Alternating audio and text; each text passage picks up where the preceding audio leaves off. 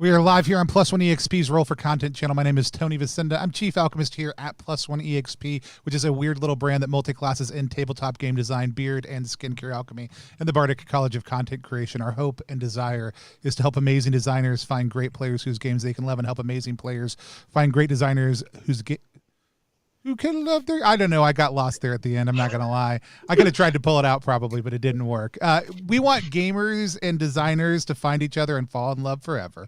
We do that in a lot of different ways, but the most fun and enjoyable way to do that is just sitting down with those creators and playing their games. Tonight, we are doing that. We are playing a Passover storytelling game. I just got in my head about it again, called MaNishtana. And we are joined by the two creators, as well as two people who I love getting a chance to sit down to play with. Was so glad that they were able to join us too. Let's meet all of those amazing folks. Let's actually start with Gabrielle. Gabrielle, why don't you tell people who you are, what you do, tell us a little bit about the game we're about to play. With Gabrielle. Sure, thank you. So yeah, I'm Gabrielle Rabinowitz, and I'm here with my cousin Ben. And together we created this game. I am an educator at a museum in New York City, and I'm also newly a game designer. And this is my first game, and it's been quite a ride. It's an opportunity to revisit a story that some of us know very well. Others maybe only saw in a movie or an episode of Rugrats here or there. But it's the story of the Hebrew Exodus from Egypt. And what's been really exciting about working on this game is realizing how many different people can connect to this story from so many different perspectives. Anyone who's, has some connection to a story of fighting for freedom from oppression and finding a home and family dynamics. So that's pretty much all of us. And so this is a game, it's a GM-less, dice-less game where 3 to 6 players can tell a new version of the Exodus story. And that's what we're going to do tonight. Awesome. I'm very excited. We've got one of the other creator here with us, Ben. Ben, why don't you tell people who you are, what you do? Also, y'all are going to be going to Kickstarter soon with that. Tell me a little bit about that. Yeah, you take that, Ben. Hi, I feel like I'm not the best for the Kickstarter pitch, but my name is Ben Bisogno. I am a LARP designer for youth in Kansai, Japan. I am writing this wonderful game with my cousin, and I'm so grateful to do that. There's something so special about not only playing with family, but creating with family, which is something that's really imbued in this project and something that we were grown up with. And so one thing that I love about this project, which is going to be kickstarting on the 15th, it's going to be the Passover Kickstarter. One thing that I love about it is that, like Gabrielle said, family is at the heart of it.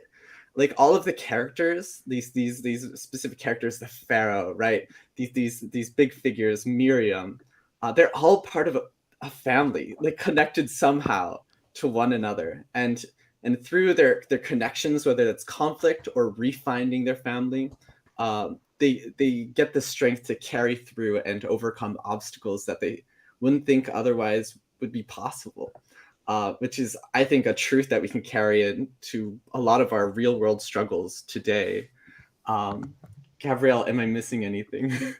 No, that's it. Except as far as the Kickstarter goes, if you want to follow the pre-launch page, you can do that now. That's already live. And then the campaign, as Ben mentioned, goes live on the 15th. So if Tony, you think you have that link handy. I do. There's actually a link right below my face, ttrpg.link /MaNishtanaKS, which will take you right there. Also drop it down below. Or if you're watching on Facebook or YouTube now or later, it'll be in the description. You can click right on it and go over there. And if you're watching this way later during the campaign, it'll take you to the live campaign. But you can go hit follow right now if you want. I'll make sure it gets into chat shortly also too. With that said, thank you so much for joining us. I'm very excited about this for a lot of reasons, of which we'll talk about as we go through, but I want to meet the other players we're playing with. Let's start with Adira. Adira, why don't you tell people who you are, what you do, where folks can find you online?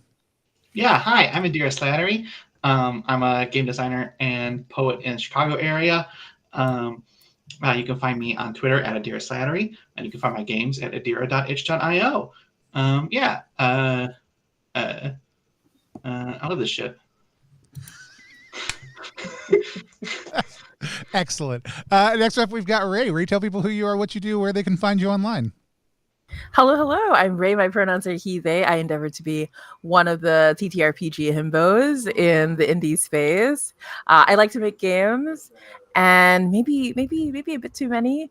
And I was so happy hanging out. I'm happy every time I get to hang out with Tony, and to be here on the stream. So looking forward to it. Yeah, and this is honestly, MaNishtana is like one of my favorite games.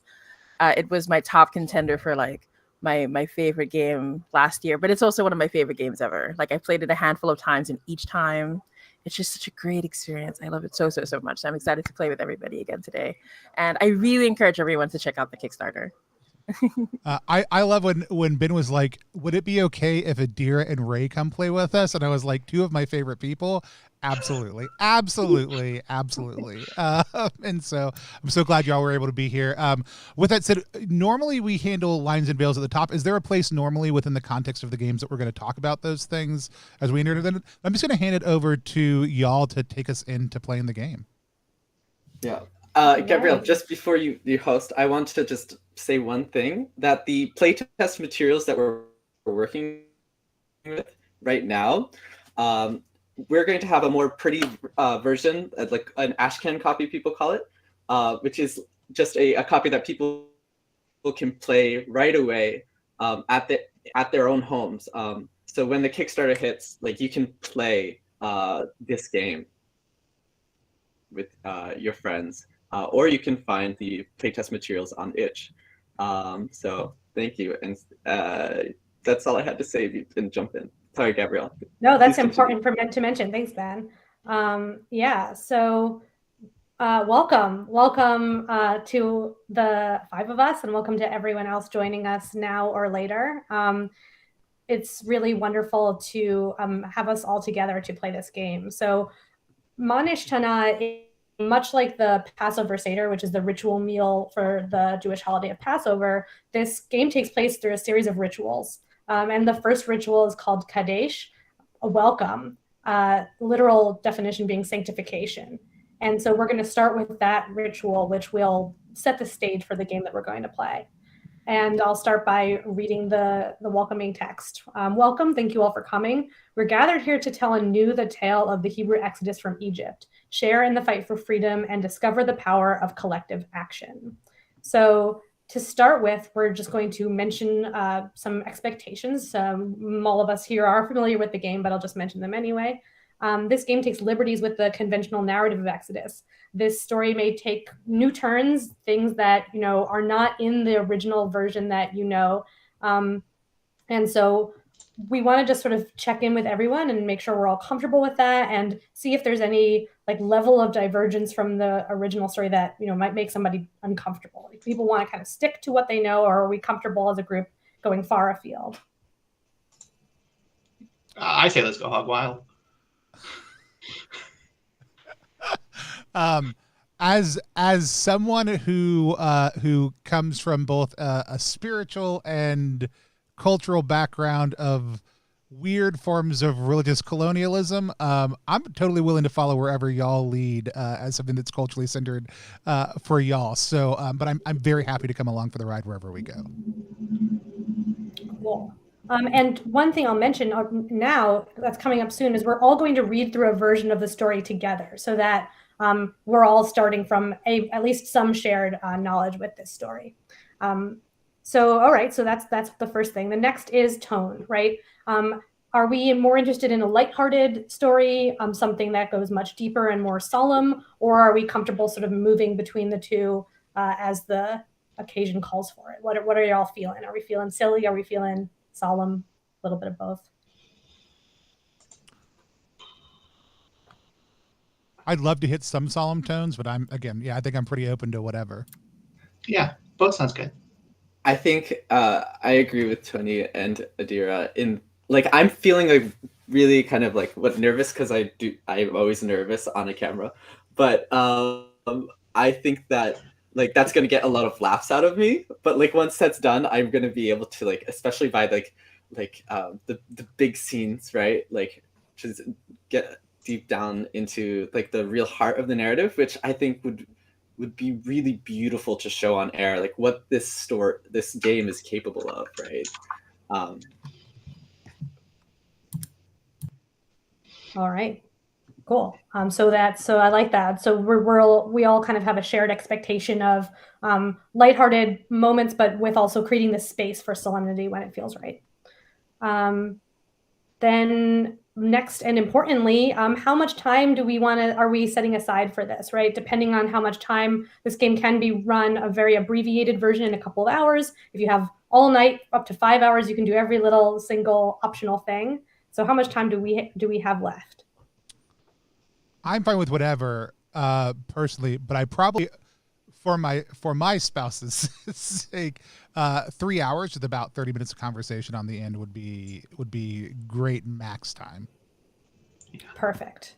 That's one of our possible kind of target run of shows. There's just a few sort of scenes then that we'll choose between instead of playing every single one of them. Yeah, and we'll have a break at the top of every hour. So. Yeah, in fact, one of our sort of safety tools or safer tools is the Shulchan Aruch, the break, which is, an actual part of the Seder, like taking a break to have a meal. And so breaks are always welcome and encouraged. And that brings me right to the next thing I want to talk about, which are the tools for safety that we have available for this game. So the open door policy is our starting point. If for any reason anyone needs to leave for a minute or for the whole time, just let us know, and no one's going to judge anyone. I'm fond of the refrain of that the players are more important than the game, and I take that very much to heart. We do have the X card available, unless anybody in this group does not want to use the X card. You can X card the X card if you want to. But that allows you to say X or hold up your hands like an X and just say, hold up, let's change or get rid of something that we just did.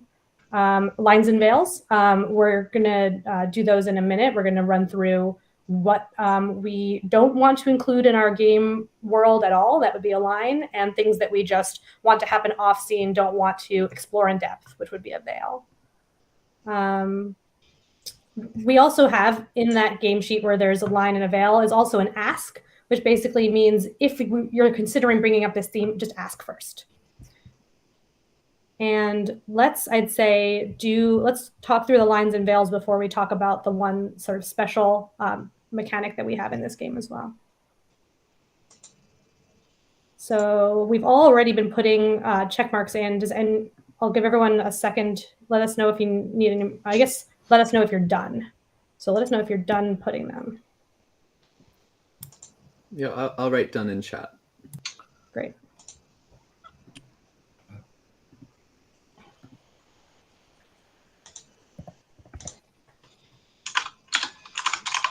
And so what we use for this game is a set of pre-suggested lines and veils possibilities, but then always with the option of adding additional ones. I am also done, but can't type it in chat because it'll rearrange everything on screen. You got it. Okay, so we're all done. So our lines are going to be gore, the pandemic or virus, and sexual assault, and cancer. Our veils are extreme violence or torture, harm to children, miscarriage, and that's it. And our ask is romance, in particular for Ben's character. All right. And those are at the ready for us to refer back to. So with that, I'll introduce you to our favorite, or at least my favorite part of this game, honestly, which is wait, wait, wait. So this is something that just came out of the natural way that Ben and I and our family and honestly many of my friends communicate, which is a joyful cacophony, right? A multi-layered, what do they call it? Like constructive interruption. Yeah. Call it what you will. But we call it wait, wait, wait in this game. So it's your invitation to interrupt, right? At any time for any reason really that is respectful of your other players. So any time you want to ask a question, whether that's about gameplay or about something happening in the scene or a character motivation or something like that, whether you have a suggestion, an idea that you're just excited about and want to share, or anything of that sort. So you can either say, wait, or you can put your hands up as a W. You can type it in the chat, however you want to communicate it. So let's practice. Everybody either say, wait, or signal, wait. Ready? Go. Wait. No. Wait. Sorry, my agentness took over, but I can do it. I can do it in the moment. You're welcome to make a nice silent W. Yeah. I managed to do the last time I played, but yeah. I can do it. So that's wait, and it's there for you at any time. Yeah. So then the last thing I'll just briefly mention is that there are Hebrew words throughout this game, including the title itself. And don't feel too worried about pronouncing things. You can always ask, the table if anyone can help you. You can look at the pronunciation guides in the guidebook, or you can just do your best and we'll all love you anyway. And so that's just the final thing to kind of orient everybody to the game. And so that is the conclusion of the Ritual of Kadesh.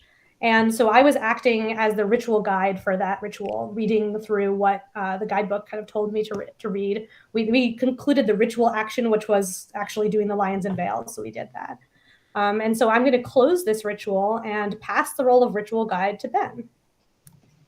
Thanks, Gabrielle. That was really beautifully done. So we are on the Megid. If you're on the document, it's page 60. And it's the story of Exodus. So before we choose our characters, we're just going to get on a level playing field, kind of on, at least how the writers kind of understand the story of Exodus. And as it's come down to us, and we can totally take liberties with it once we do our story. So the ritual guide says, we now take turns reading aloud portions of the story of Exodus to establish a common reference for the story we will tell. So I'm thinking that we can go in order. I'm not sure how we all see each other on screen, but I'll go first, and then next to me is Ray, and then Tony, and then Adira, and then Gabrielle. And so we can take it thank you, Gabrielle. And we'll take it paragraph by paragraph if we're okay with that. How do we feel? Okay. Should we just go up to where are there enough for everyone to read if we go up to where the lines are? 1, 2, 3, actually, 4. Yeah, let's just use the line break, those little dotted lines. The line breaks? Okay, sounds good. Yeah. Oh, Gabrielle, where am I in that order? Okay, yes. So the order one more time is going to be Ben, Ray. Oh yeah, did you say Adira, or did I just not miss Adira? Ben, Ray, Tony, Adira, and Gabrielle. Wow, the curse continues. Oh no! Okay. Oh my gosh, that's right. Adira, maybe there's something magical going on. No one may speak my name. Take my name out of your mouth. Is that what's going on? Anyway, sorry, go on. I hope we'll dispel this curse. Forgive us. So we'll take it to the line break. So it's about 2 paragraphs for each person. I'm gonna gather myself. Okay. Many, many years ago, the children of Israel thrived in the land of Egypt. But there came to be a new Egyptian king, a pharaoh, who saw in the Hebrew people a threat. They did not worship him or his gods. So the pharaoh bound the Hebrew people with chains and drove them with the lash. He oppressed them with harsh labor. Even still, Pharaoh feared the strength of the Hebrew people. He decreed that all Hebrew boys be executed, lest one day they rise up in arms against him. Many hid their sons to no avail. However, one family did willingly give up their child, not to the Pharaoh's enforcers, but to the river Nile. A woman swaddled her baby brother in a papyrus basket, whispered a small blessing, and offered him to the waters. Downstream, another young woman bathed in the shallows, golden bracelets clinking. She heard a mewling cry from the reeds beside her, and waded deeper in to investigate. She unwrapped the wriggling bundle and gasped. She had not yet born a son, and she knew that no matter what her royal father said, this child was hers. Gathering the baby in her arms, she cooed, Moses, a fine name for a prince. Growing up in Pharaoh's palace, Moses was ever grateful for his life of leisure. His mother, the princess, shielded him from Pharaoh's worst outbursts and never failed to remind him of his luck in escaping an early grave. Moses strove to live up to her expectations, but he stumbled through the days just as he stumbled over his words. One day, Moses happened upon a show of cruelty that broke through his haze. An Egyptian man was beating a Hebrew child laboring in his field, unyielding until he heard the crack of bone. Enraged, Moses slew the Egyptian man and fled. In his exile, Moses won the hand of a Midian woman and started a family, working as a shepherd for her father's flocks. Many years passed until Moses came across a bush in the desert, bursting with buds of fire. As Moses tread near, the flames licked their way along the branches and blossomed into orange and blue. But the bush did not crumble. A voice emerged from the crackle and hiss. Moses, I am the one true God. I have heard the cries of the enslaved. You must return to Egypt, not as a prince, but as a child of Israel. Free your people, deliver them to a new land. Moses returned to Egypt and reunited with his siblings. With the help of his brother Aaron, he challenged the Pharaoh. Free our people or face a wrath far greater than your own, they demanded. As proof of the power of the one true God, Aaron's staff transformed into a serpent that snapped and spat venom at the king. But the Pharaoh had seen such minor magics before. He rejected the Hebrew's suit. In retaliation, Hashem brought plagues of blood, boils, disease, locusts, darkness to all the people and lay waste to their false gods. However, with each plague, the Pharaoh's heart hardened. He heaped further pain upon the Hebrews. Finally, God sent an angel of death over the city. He warned the true believers to mark their door in lamb's blood, lest they too succumb. In one side, the lives of all the firstborn sons in Egypt were snuffed out, save those whose homes had heeded Hashem's words. The next morning, Pharaoh freed the Israelites. I will not have them in my sight, he sobbed. My own boy's soul has been snatched away. Let the Hebrews revel in their freedom for now. So the Hebrew people fled, leaving behind what they could not carry. Soon, however, the Pharaoh sent his armies to overtake the Israelites and drive them into the sea. But Hashem is good. He gave his people passage across the Red Sea, crashing the waves over their pursuers, and guided them onward to a promised land of milk and honey. Consider the relevance of ritual, the terror of asymmetrical power structures, the search for a home of one's own. These themes will hold true in our story as they have for every telling of the tale. So the ritual action, in person, we may do a ritual action that's, actually in the traditional Passover Seder, but for now we're doing these alternate actions for online play. And so wherever you are, have a toast to the gathering of friends and the opportunity to celebrate. So a toast to everyone.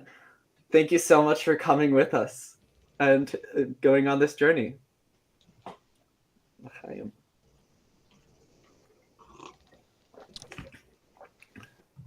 I close this ritual and pass the role of ritual guide to Gabrielle. Would you like to take it again, or would someone else like to? Let's see if anyone else would like to. This is like leading us through character creation, basically the net truth. Yeah, this one anyone can do. Yeah, I'd be happy to jump in. Ray, would you like to? Thank you so much. Yeah, absolutely. Real quick before we do that, I do want to ask, I just thought of this. Since there are ritual actions, I know that there are people who are watching. I know we know what we all have. Is it possible for people to gather the things at home if they want to, so they can participate also? Oh, wow. Yeah. So what if people are watching right now and wanted to participate in the next set of rituals? Y'all go get something to drink right now. Y'all are part of the toast also too. What are the other things that they should go get? Yeah. So, if possible, to try to find something that you do not particularly like but are willing to eat. Mhm. Um, And then something, something yeah, you go. something Take the next one, Ben. something to drink. Anything is fine. Water. Or if you want to drink something more hard, that's okay too. I'm not gonna stop you. And then Gabrielle, would you like to take the next? Sure. Something dirty and something to clean it with. And then something that is old or has been in your life for a long time. And finally, something you can break, rip, or otherwise destroy without anybody getting mad at you. Yeah. So to go over, 1, water. 2, something you're willing to eat. Something dirty. Something old or has been in your life for a long time, and something you can break, rip, or otherwise destroy. We may not end up using all of those items based on which of the rituals we choose to play in our 3-hour game, but all of those may come in handy. And you're free to destroy whatever you want. It's your house. So, Ray, he has this beautiful actual play that he did a few months, like maybe a year ago, actually. Almost, yeah. And we are going to be featuring it on our Kickstarter page. And like, oh my gosh, I want to bring as much love as we can to Ray on his beautiful games and his beautiful play as much as possible. And he just ran this quintessential game. Like, wow, this is MaNishtana. Let's show everyone what it can be like. So thank you so much for letting us use that actual play. Oh yeah, of course. Everyone who played had such a wonderful time in the Godly community. We love the game so much.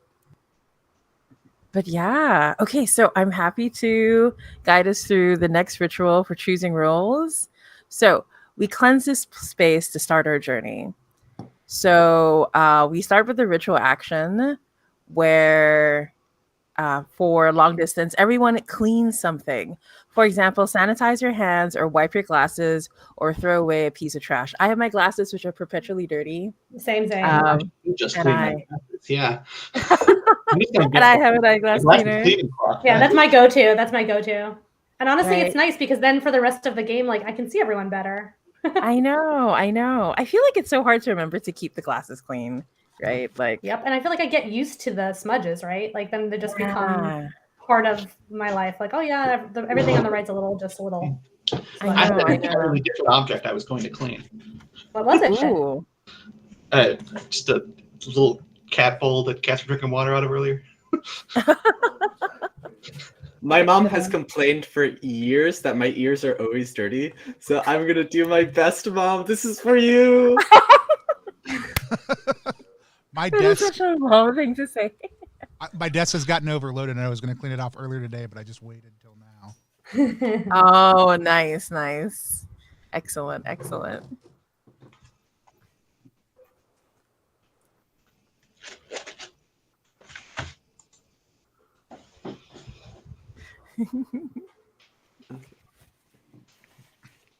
Perfect. All right. And so next, we take turns reading the descriptions from the character playbooks below and consider a character whose path we wish to walk. So I think we can follow the same proper order, right? I want to be very clear. Everyone is included. We did not forget anyone important. So it's Ben, Ray, Tony, Adira, and then Gabrielle, right? So Ben, if you could read the description of Miriam first. Yeah, thank you.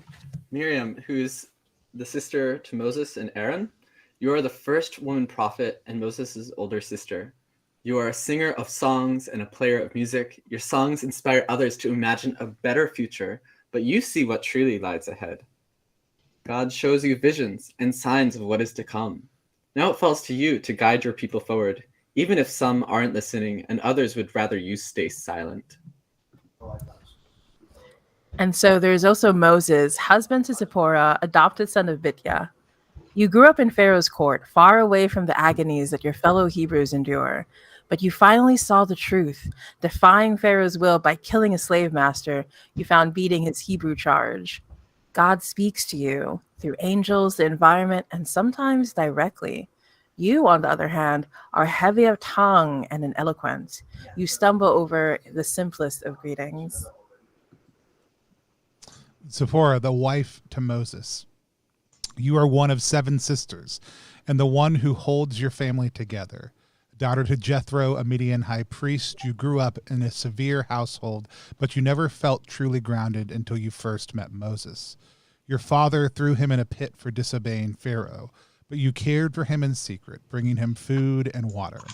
Eventually, Moses was granted your hand in marriage, which pleased you greatly. Though you are not of Hebrew descent, you follow God's commands with zeal, destroying false idols and performing a ritual circumcision of your son. You defend what you love with a fierce passion. Aaron, brother to Miriam and Moses. You are 3 years older than your brother Moses, and a lifetime apart. Raised as a slave in Egypt, you rise each day to hard labor and cruel punishment. Yet you resist. You are unafraid to speak up to anyone, regardless of class or station, if it means lifting the voice of others. Everyone knows who you are. You are a holy man, with a rod that God has imbued with great gifts. You speak truth to power, and you never know when you've gone too far. Next is Bitya, adoptive mother of Moses and daughter of Pharaoh. You are the princess of Egypt. The height of your status is matched only by the breadth of your kindness. You are intimate with the waters of Egypt. You live amongst threats that lurk beneath the surface all around you. While you owe your lifestyle to your royal pedigree, you know that family is not based in blood, but is chosen and sometimes found. The ties you have woven will be tested as you are pulled between your adopted child and the living God, the Pharaoh, the one who has given you everything you know. And then we have the Pharaoh, a playable character, the father of Bitya. At least in this description, we can change it up. You are the lord and ruler of the land of Egypt, newly ascended to the throne. Your father was revered as kind and just, but this is a new age. You know that the Hebrews are a threat to be ground down and a resource to be exploited. You will spare no cruelty to bend them to your will. The only thing that you can't break is their foolish faith. You worship many gods, and each have their uses. Your daughter, bless her soft and weak heart, has a tendency to take in orphans to raise as her own. You let her, for they may prove the most useful of all. And I'd just like to say that there's potentially going to be other, like, what's it called, back sets. What are we calling them, Gabrielle? Backdrops? Like backdrops of the Hebrew story, like my mom and I do at Hanukkah, and that can change, like, setting up a little bit, but it's like no matter what story you tell, the relationships and at the core of the narrative will stay largely intact. Yeah, these are much like the story we read in Magid. These are just starting points for these characters' backstories, and as we start developing them in our tale, they may depart from what we just read. Yeah, absolutely. All right, so now we share which characters we are particularly drawn to and then fill out our character playbooks. When everyone is done, we will introduce our characters and ask questions of each other to learn more. So which ones are we particularly drawn to? Like, I want to ask Adira, is there one that's jumping out at you? I think of the playbooks, I'd probably have the most fun as Zipporah or Aaron. Yeah, those are two good choices. A little bit flipping through. But Yeah. I mean, I play any of them. Yeah, sure. We can go through everyone first, and then it'll help settle some choices, maybe. How about you, Tony? Let's see. Who just got selected? Sorry, somebody was messaging me from the chat. Oh, no worries. Adira was looking at maybe Aaron or Bitya, but it's cool. Aaron or Zipporah. Zipporah. Oh, I'm sorry, Aaron Zipporah. Thanks for correcting me. I like Bitya. I like Zipporah. I mean, I would love to play anyone. I don't think I have a strong pull. I really like Miriam. Actually, I think probably out of all of them the most. Yeah, the prophet. That's She's wonderful. the most likable person of all of them. She can see the future and make things happen. Unless you don't like, unless it's she. You know what? There could be like a we don't talk about Bruno like for Miriam though, because she sees your future. True. Just trying to get that Disney tie-in, get that bump. You know how I roll. Excellent. Yeah, speaking of which, Gabrielle, which one would you like to play maybe? I like all of them. If I always take anyone that isn't being picked by other people, but I could go Moses today. But I'm really totally flexible. I have a. I'm wondering if like how much conflict, like inner conflict, we want in the story, because Gabrielle, you play an excellent pharaoh. Oh, you want me to mess with people? I do. I mean, I will accept the nomination. I love that so much. That's cool. But unless somebody else wants to play Pharaoh, in which case I absolutely defer. And how about you, Ben? Oh gosh. I'm feeling, I feel like I'm stuttering, and I'm holding that back. And so I'm feeling Moses today. Do it. Take it. But Just lean into it. Just lean into it. Okay, I'll be a Moses. Thank you. Excellent. Yeah, I think, let's see, out of all of them, yeah, I feel like leaning into Aaron until Adara, you were like really leaning into Aaron, because I know you said you were going back and forth, but yeah. What do you think? Yeah, I'll pick up Aaron. Yeah, do it. Yeah. And then I'll do it. You'll be Zipporah, right? Adara? Or unless have you changed your mind? I was thinking about being Spora or Bitcha. And I think it would be fun to have the three of Moses, Aaron, and Miriam. So I'm just gonna go Miriam. Okay, so then Tony, who are you gonna be? You got your choice. I know, right? Yeah, I know you hate it too. I hate it. I like it when everybody tells me here's who I want, and then I don't have to make a choice. I can just be like the one that's left. Let's go with Zipporah.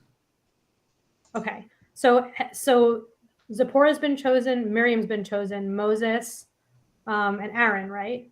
So I'm choosing between Bitchy and Pharaoh. Is that correct? Yeah. Okay. I don't know if I've ever played this game without somebody playing Bitcha. Let's try it. I'll be Pharaoh, a no Bitcha game. Nice. All right, so I'll give everyone I went into full facilitator mode. Let's take our time filling out the stuff from the playbook. So yeah, and then once you're done, the ritual guide, facilitate away. Break out all those skills. True. But yeah, and then once you're okay with your character, or if you have questions, just let us know. But yeah, you can type in the chat when you're okay with and you feel good about your character. I'll also just mention explicitly that you're welcome to put any pronouns for your character. We've got a little section for it. But even if there are pronouns not on that list, but that you want to use, you're welcome to use them. Just for chat, I have now made it so that both the correct and incorrect link go to the Kickstarter. So, thank you. Whatever it ends, whichever one people type in now or later, it'll still go there. Thanks for that.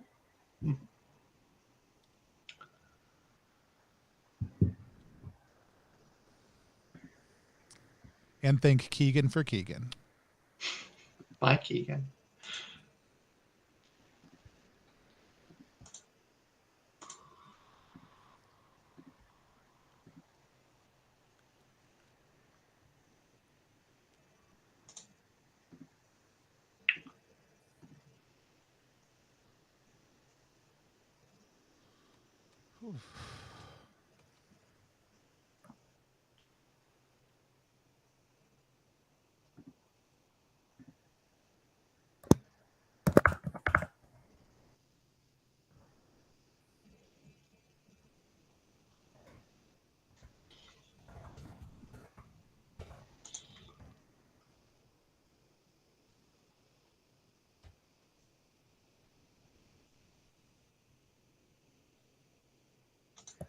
So Tony, Yeah. our characters are married, right?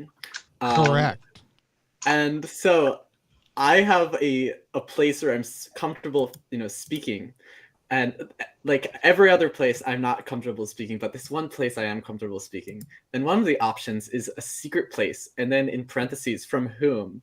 And I'm thinking from my wife or husband or whomever you like are feeling like you're playing. I selected feel she, her pronouns. So Okay. Fabulous. So how are you feeling about that, Tony? I love that. I think that's going to be super enjoyable to experience and play. Okay, and if you have any suspicions of what that place is, because I'm not quite sure yet, let me know. Okay.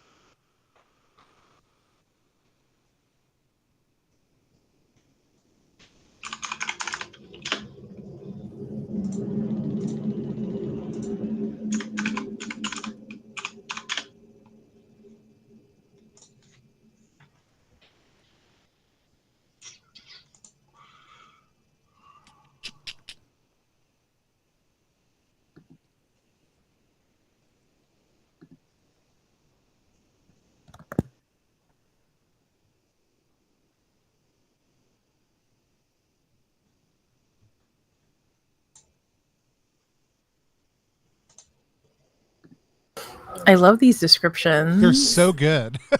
They're so good. They really help. I just love seeing the game grow. A Ben element. Amazing. I just love seeing the game grow from version to version. It's been really, really fun. Really amazing. Deep indie TTRPG feels. Thank you for joining us on that journey and seeing it from its rough beginnings. We appreciate it. Oh, but it was already so beautiful from the beginning. So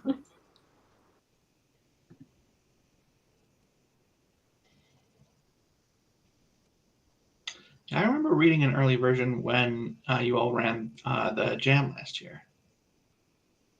Yeah. Yep.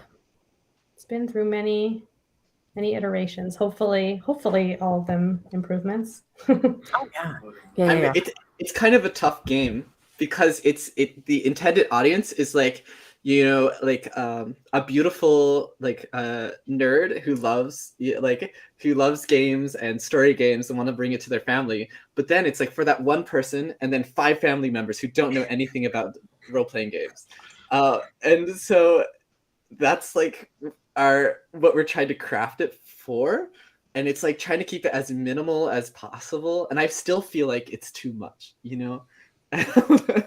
but like how do you get the depth without removing too much is like the ongoing struggle. Yeah. As Adir, Ray, and Tony know in game design. It's a huge challenge, right? Like sometimes I feel like with game design, it's just about obsessing over 2 to 3 words, right? For like how many minutes? Yeah. Or hours. Yeah. Or years. Yeah, or it's about not obsessing about anything at all, just throwing it up there and going, fuck it. Now you're talking. After this, I think that's going to be my new game design philosophy. Oh my gosh, yeah. I was talking to a game designer recently and they're going through so many iterations and versions and I go, but when are you going to play test it? Like, oh, well, I was like, my idea is just to throw one together and let's see if we go off a cliff or not, I don't play that. Those are the things that I sell to people. Getting to the version where I can math it enough to either decide if I need to play test it or not, and then putting the smallest version of it up and seeing how people respond to it is 100% my jam. Yeah, We can yeah. I always mean, I add- just we can love always add more later. playtesting because I love playing. Because that's my Yeah. my excuse is to play games that I want to. Nothing wrong with want- playing games. Yeah. Yeah. True, but Yeah. also good to point out you don't need to playtest either. So Mm. game design is game design. Yeah. I love Adir's description of her, like when she posted the Slayer playbooks that she made. Like Oh, there's yeah. 4. There's like the description. I just kind of like spat these out. And the description is just so like there's not even periods on the sentences, and I'm like, oh, this is great. Yeah. Good stuff. Good stuff. Yeah. There's 8 more of those. I didn't post them.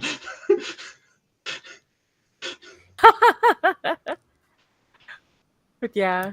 All right. How do we feel about our characters? Do we feel like we're ready to introduce them and stuff? Okay. So yeah, let's go ahead and introduce each of our characters. We can go in character keeper order. Starting with Adira for Miriam. Yeah. So I'm playing Miriam. She uses she, her pronouns. Her instrument is her voice and her hands, and her visions appear to her in a busy place. When she performs, she is like a whirlwind of fabric and limbs, steadily radiating joyous noise.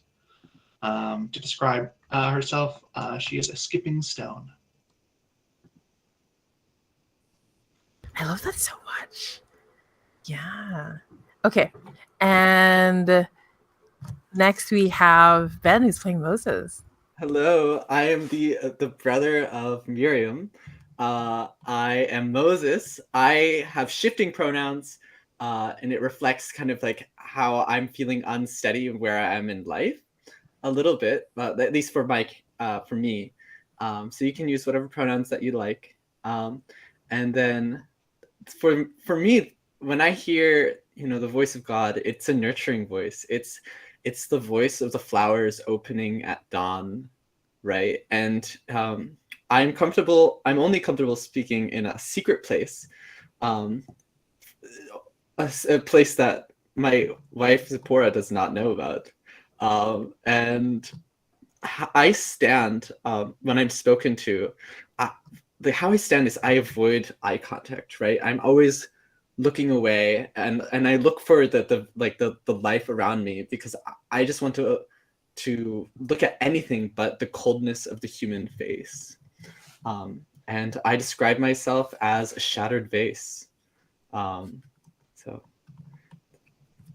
I'm a little broken boy over here. So. Aww. I love that. All right, and Tony, tell us about Zipporah. So I am Zipporah. I am wife to Moses. I use she, her pronouns. My home is heard down the street. Miriam is a bad influence on my family. What do you keep from your childhood home? Why is it dangerous? My mother's comb, it makes me doubt myself and lash out at others. Describe myself, bitter cacao. Yeah. Gosh, I can't get over these wonderful descriptions. They're so good. Really. Yeah, they really help you start imagining the character immediately, which I really love. So I just love geeking out over game design. Okay, focus. So I'm playing Aaron, who uses they, them pronouns. So Aaron's rod is a piece of desert glass. Oh, I just love that imagery, right? And so I think the strange thing about this glass and this rod is it started out small, but over time it has grown and gotten longer and longer. And Aaron is not sure if it, Aaron doubts themselves, right? Maybe it has always been this long and I didn't notice, right? But I think it also represents Aaron's growing anger, right? And a demeaning task has been assigned to me. Where does it take me? To an unforgiving place. I think this is a place where, I don't want to go into too much detail, but it's where the slaves are taken to be punished for particularly bad crimes. And so Aaron has to do demeaning labor and tasks in that place, which just continues to stoke the anger that Aaron has in their heart. And How does Aaron lead others? I lead them through both words and actions, framing consequence and danger. I think like Aaron is just really, they're so focused on if we don't do anything, if we don't do something, right, things will just get worse. And is so desperate to lead people to a better place. But I think they over focus on the bad as well. They don't know what to hope for. They don't know what a better thing would be or what it would look like. Yeah, and the last thing is to describe myself is I'm a labyrinth. I think there is something at the heart of Aaron that even Aaron does not know. Right. And Aaron will often lose themselves and others will lose themselves trying to find it. But yeah. So that's Aaron. And then last but not least, Gabrielle Pharaoh. I always love a Pharaoh in a game. So yes, I'm playing Pharaoh. Pharaoh uses she, they pronouns. And my throne is a moonlit tea house.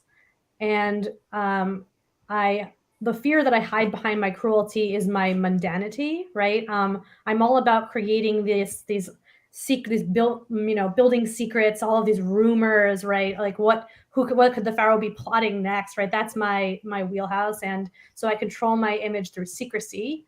I hide behind many veils. I only walk at night. I hold court only for a select few, right? Everything is very hush, hush, hush. Everything is very withheld. And describe yourself, smoke and mirrors. Yeah, I like that so much. Okay. So good. So, yeah. All right. And so with that, we have all of our characters. And I'll go ahead and end the ritual. So I close this ritual and pass the role of ritual guide to Me. let's do it. I was about to say you. Perfect. Take it. Yeah. So, do we want to have a little break? Yeah, because I was looking to run our show. Right at the Yeah. top of the hour. Perfect. Doing so well. So we're going to take a short break. We're going to be back in about 5 minutes, unless we need a little bit longer, and then we're going to take a little bit longer. But that's what we're going to plan on right now. You should take a break too if you're watching. Get up, stretch, move around, take care of yourself, and we will be back in just about 5 minutes.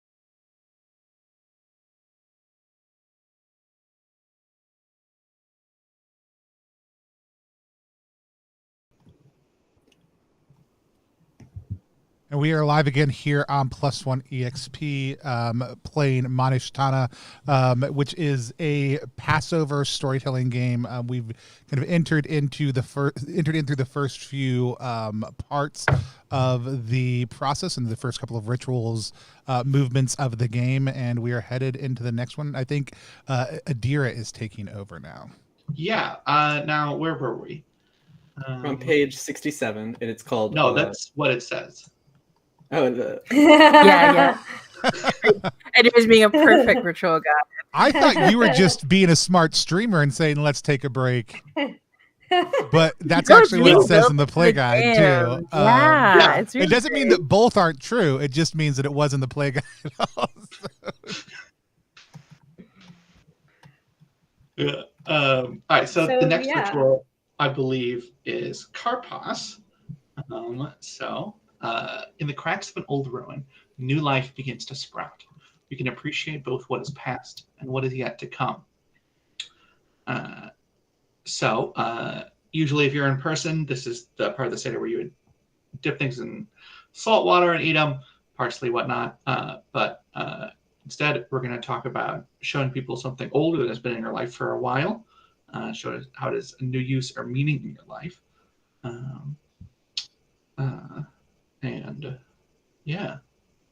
So how about I pull up the thing that gives us an order? How about Ben? How about you go first? Tell us your old thing. Okay, so I had a few options. I had stuffed animals like my sister made me, or like things like that, or like my koto I got for like $30 about. But today, wow, people throw away amazing things. But today I'm bringing a piece of LARP armor. Like it's like leather. I got it on Etsy years ago when I was at LARP camp. And it has new meaning in my life because it's kind of a symbolic anchor of like what I want to do with my life, like connecting with youth and helping them see like new realities, right? New possibilities, like through role play and through that, like find what they really want to do in life. And like, so that's kind of, it's an embodiment of my dreams, at least for this decade in my life, and my work. And it's actually it's just like really cool, and it smells good, right? And it's a nice piece that I have in my closet. I like the sound it makes. I like the clinking. Yeah, it has a clink. So satisfying, right? And I used to be embarrassed by it, actually. It's like I used to be embarrassed by these hobbies, but it's like kind of the feeling I had as like the gay boy in middle school, like kind of like it's still around, but like, you know, as I'm the only, like I'm one of like 2 Westerners in my school, right? Of a few thousand students, right? And it's like certain like looks that you can get, right? Is something I've gotten used to, and like this armor that I wore as a kid, like role playing, has become a part of me, right? Because I have this armor, and I am a knight, I am a prince. I'm here to shine, everyone, and try to like spread the warmth that has been given to me by so many wonderful people like y'all over the years. So thank you so much. That's the thing. Oh yeah. Right. Yeah, so I have this really old picture of me and my mom, right? So you can see little Ray. Aww. And yeah, my mom was like around, I think in her early 30s when she had me, right? So I'm older than my mom was in this picture, right? I'm almost 40. And so the new meaning it has in my life, and it's so funny. I like it because there's a picture in a picture. There's the wedding picture of my mom and dad, like behind her, which I also like. I got lost for a second. But yeah, and so the new meaning it has in my life is, for the past year, as I've really been thinking about my gender identity and stuff, it's been really difficult reformulating my relationship with my parents, but my mom especially, because it's been really important to my mom to like see me as a daughter when I no longer see myself as a daughter. So I've been reflecting on this picture a lot as I think about it. But yeah, so that's a new meaning it has in my life. Tony? It's funny. I don't. My wife and I on our 4th anniversary got tattoos, so I was gonna to replace our wedding rings. I was gonna get my wedding band, and then I forgot. Then I asked the child who brought me ice cream right before the break, spontaneously of their own goodwill, to get it for me, and they didn't. They brought me ice cream instead. So I looked around real quick, and I was like, "What is the oldest thing that has some sort of significant attachment to it in this nearby space?" So this Cthulhu dice bag. Cute. This came in my first prize support bag when I started being an MIB for Steve Jackson Games, and this is like being an MIB is really what got me into demoing and teaching games, into then like starting to break games apart and redistribute them, designing some of my first games also too, and led me down a pathway to doing streaming and content creation and RPG design, and getting to hang out with a ton of amazing folks. And like it is actually like one of the tentacles has like almost broken off a couple times and gotten sewed back on. This one currently has a big old rip in it also too. I don't know that I've ever put a dice in this dice bag. But one of the best memories about this, when this one came in, and they were like putting out a lot of other Cthulhu, but like little kid kind of Cthulhu stuff, and my youngest child would call them babies every time they showed up, which is darling that all the Cthulhu things were their babies. And one time I came into them with a number of small Cthulhus, including this one around a big Cthulhu doll, singing and they had arranged blocks in a way that was supposed to be beds, but also looked a lot like Stonehenge. And we're singing Twinkle, Twinkle, Little Star with zero sense of the reality of what this might signify. And I was very, very worried that was the moment and the time that it was all going to happen. But it didn't. But this has been in a couple of extended kind of family background fun memories, as well as kind of signifies me starting down the road towards doing more with games than just playing them from time to time with my friends. Yeah, what a nice story. Thank you. So I'm next in the order. So my item, I probably should have cleared it beforehand. It's got a very dirty word on it that begins with the letter C. So it's a coaster, and it's a little possum rat flapper. I love it. Oh my gosh, I love that face.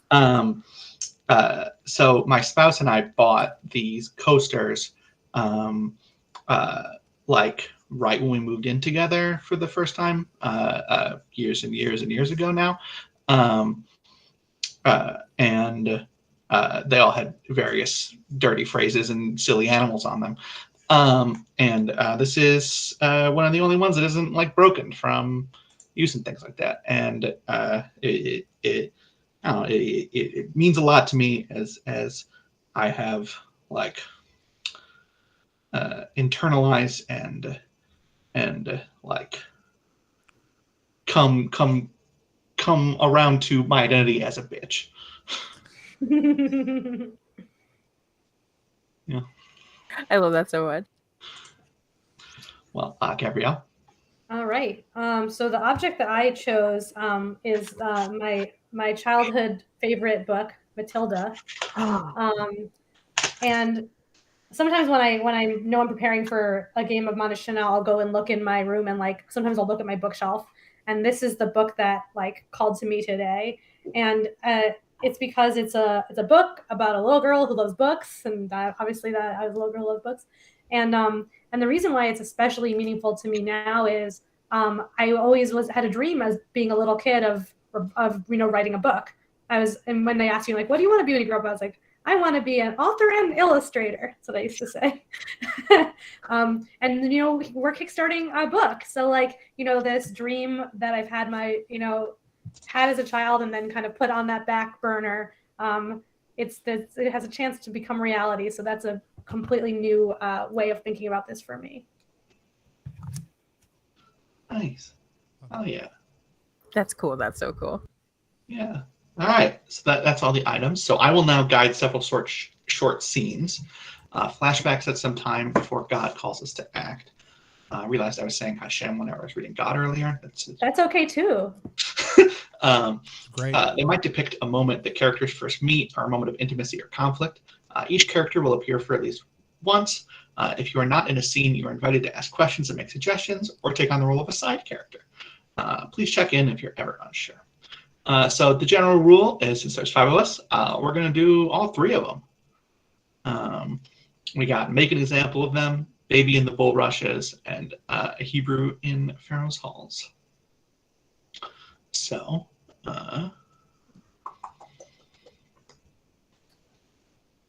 yeah, wait. We've got, you can kind of mix and match these, really whoever you'd like. If there's any one of these where anyone feels like any particular character relationships might be revealed, then we can gravitate towards one of those to start. And you can see more as you scroll down. Yeah.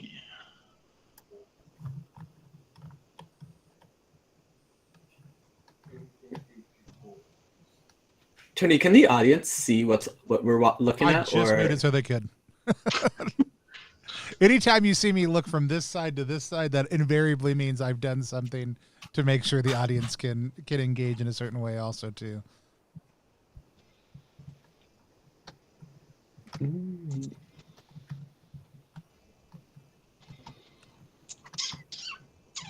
Make an example of them. Ooh, Yeah, that's really I'm grabbing. powerful. Yeah, I'm feeling that. I'm happy to make a decree. All right. Right, Tony, sound good? Yeah. Cool. All right. In this scene, a cruel decree is handed down to the Hebrew people. We play to find out what harsh order is carried out on the characters in the scene.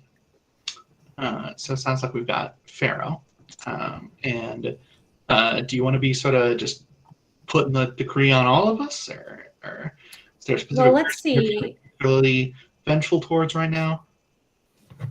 I feel like so we can also decide like how far in the time in the past this is. Like, I'm curious to know, Moses, like, do you want to go back to a time before you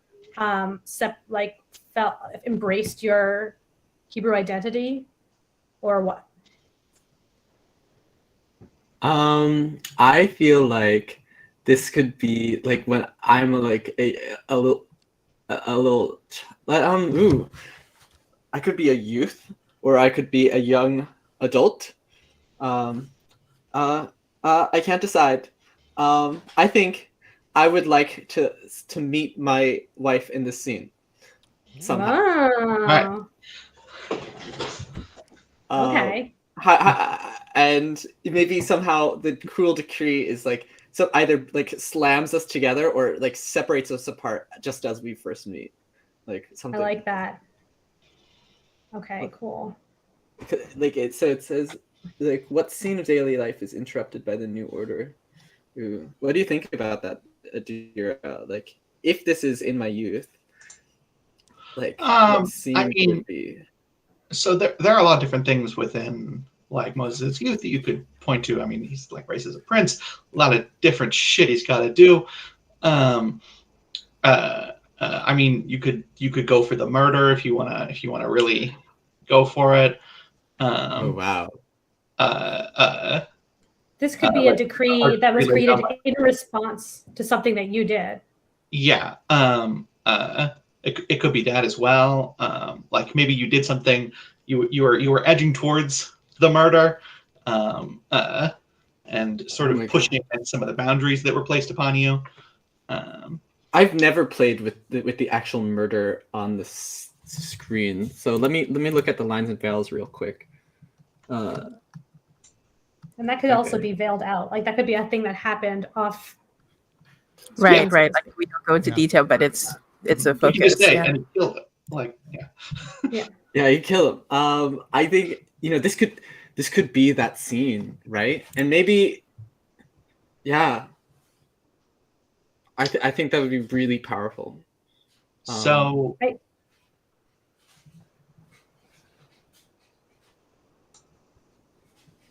Pharaoh puts out some sort of decree, right? That gets you angry. You head out of the palace. You're looking around. You come upon this scene. You kill a man, and then you run. And I run. Okay. I think Which I know what part the of that decree would is. you like Yeah. to start at? I think that just before the kill a man, because Yeah. it's like there's a question about like daily life, right? And it's like this is the before things get really difficult. So I'm wondering what that looks like.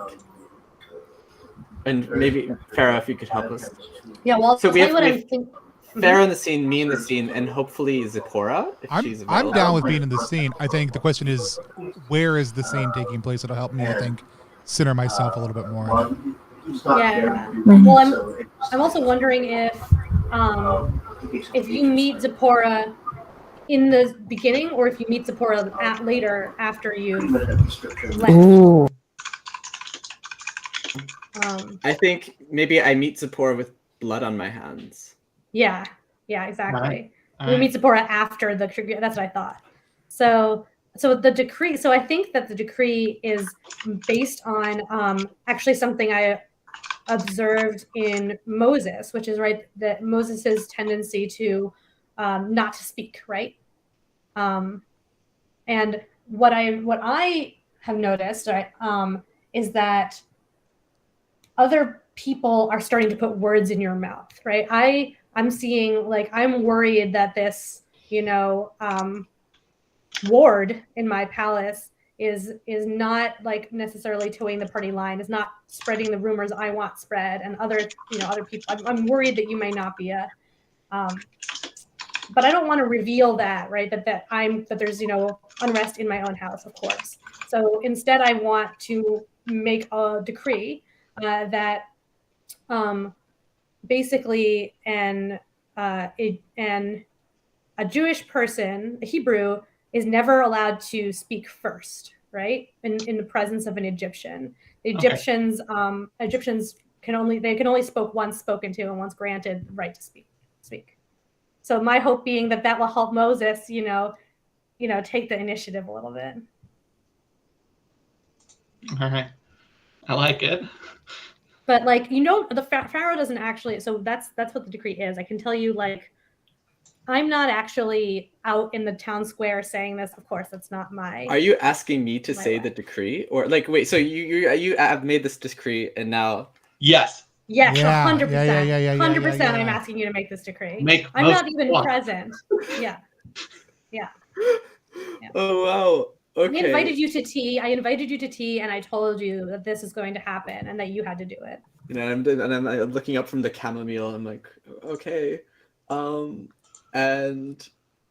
I look away, and I come upon the scene, and I think the scene, Zipporah, like, who do I kill? Like, you can wait, or but like that, right? Yeah. Should we role play it? Yeah. Maybe it'll become apparent. Yeah.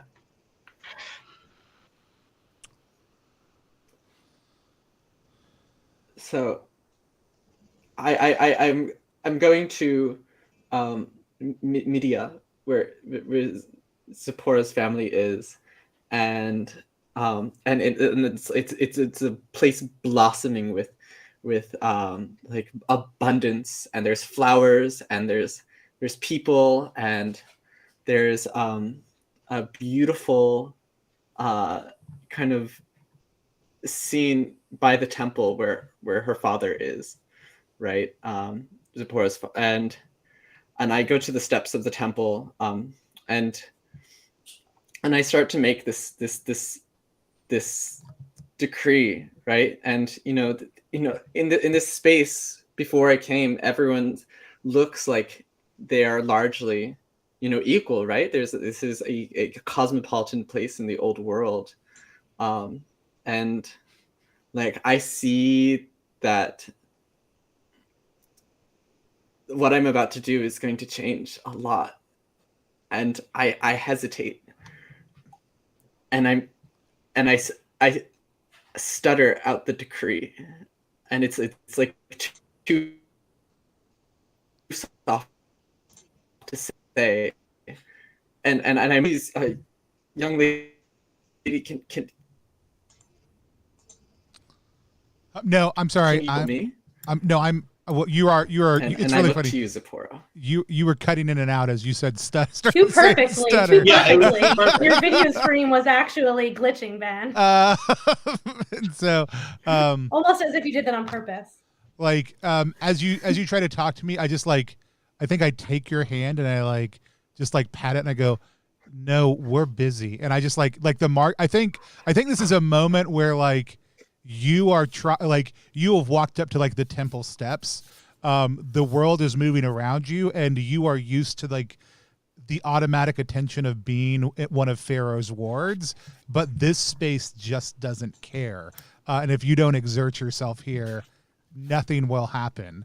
And so I do like, I think like we make eye contact, but it is a total brush off of like I am about like we have things we're doing in the temple, like there's market day is happening, like my father's about to come out and bless things, like we don't have time for your high-minded like distractions right now. There are other more important things happening in this space. So I think it is a brush up in a direction, and I think like Zipporah is an embodiment of that, but like there's no. At this point, I don't think there's any recognition of like really who you are or cognizance of who you are. But I think this is kind of the response you sense around you from all the people also. Like you're trying to push yourself to be present, if this is okay, right? And the world around you is just like, if you're not gonna make us take notice of you, we've got other things we've got to do. And so you can hear the calls of the market kind of drowning out your attempt to kind of make this thing. You know, there are animal noises loudly in the backgrounds, goats are bleeding, like it's a cacophony that unless you choose to actually do something to gain attention, no attention is going to be given to you. And I have a move that when I'm expected to speak, I can hold my tongue. And so this presumptuous young lady says this to a prince, and I hold my tongue, and instead I ask,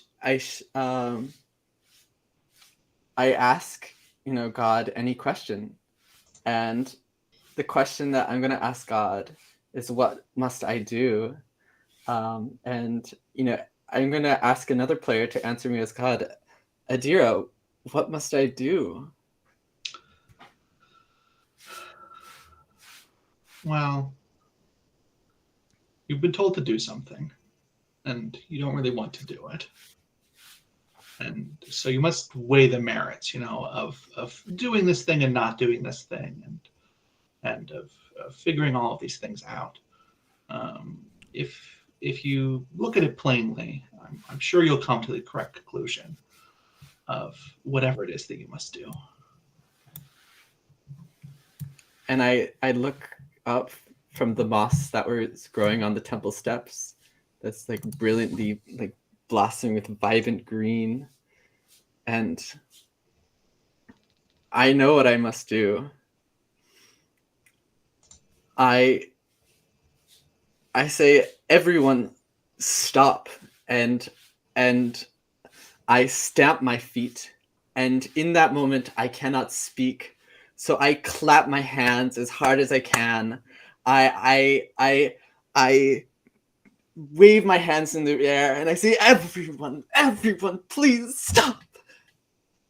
And in that moment, like this voice kind of speaks out of me more through my feet than anything, and the royal guard kind of like has their horses slam the hooves on the ground, and everyone looks, and I give this horrible commandment, this demand of my father, and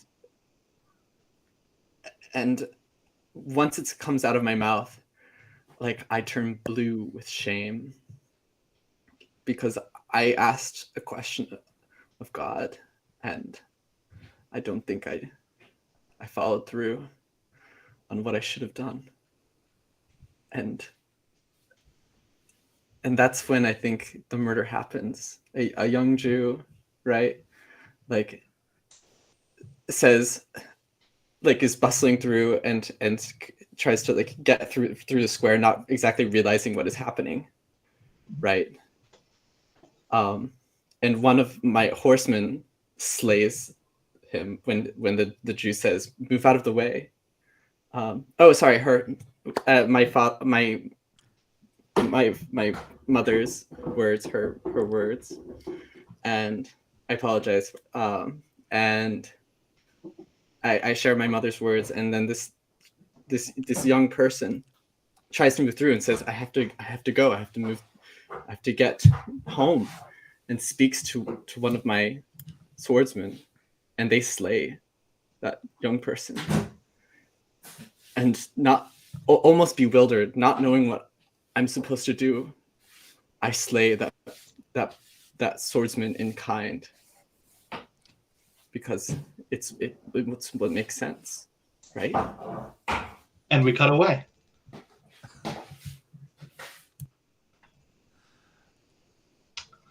So do we want to do another flashback?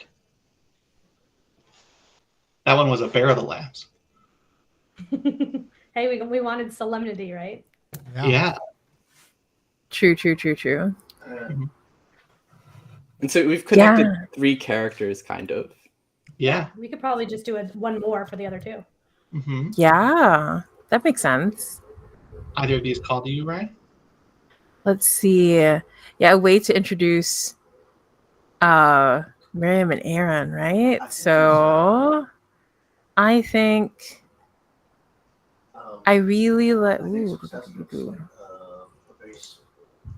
I like Baby and the Bulrushes and like reimagining what it means. All right.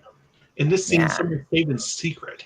We play to find out whose help is needed to pull this off and what it takes to convince them. Yeah. So where are we? I think also like who is it that needs help, right? Like is it Miriam or Aaron who needs help?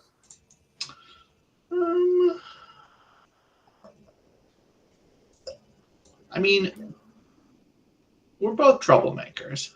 I know, I was thinking that. Do we both need help? So wait. Is this a moment of this is just a pitch. Is this a moment of Miriam and Aaron teaming up as troublemakers to save Moses? Like is this a sibling? Gosh. Is this a sibling moment? I do like that because like I'm sure Moses was punished, right, for what happened. So so this is not as a baby, but this like, you know, as a figurative baby, like the lost child. I mean, that's what I'm thinking. But what do you that. think? Yeah.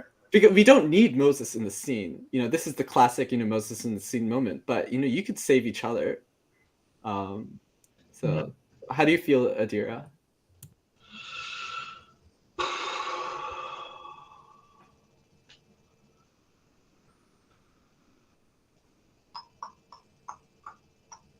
How do I feel?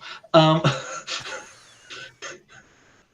don't know. I guess do you want like the direct intimacy of character to character, or do you want like a kind of a trio dynamic where it's like the focus is a little more broad? I think I'm fine with either. I kind of like let me know what you think, Adira, right? I kind of like the idea that one of us is being hot-headed about like, we have to go do it, right? We have to just grab Moses. And so I think this is a moment between just you and me, or we could both be insisting on it. Help Moses, but Moses doesn't have to be there. So what if we have been following along basically, as Moses was coming over here, and we have just seen Moses kill someone and leg it. And all of these guards are probably very confused. And, like, are we allowed to arrest the prince?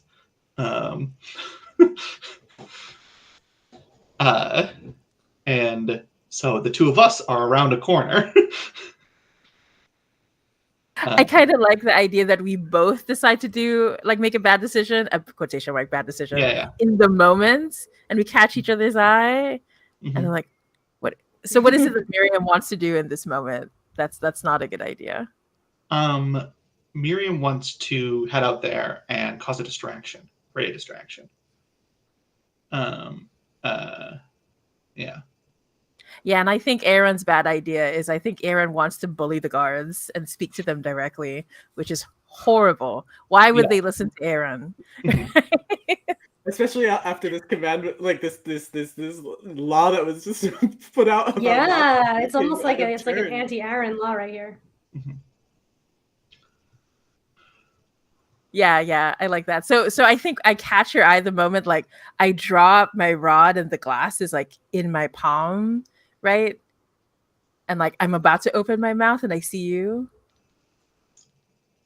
Okay. So if we're both going to do something, we shouldn't work across purposes here.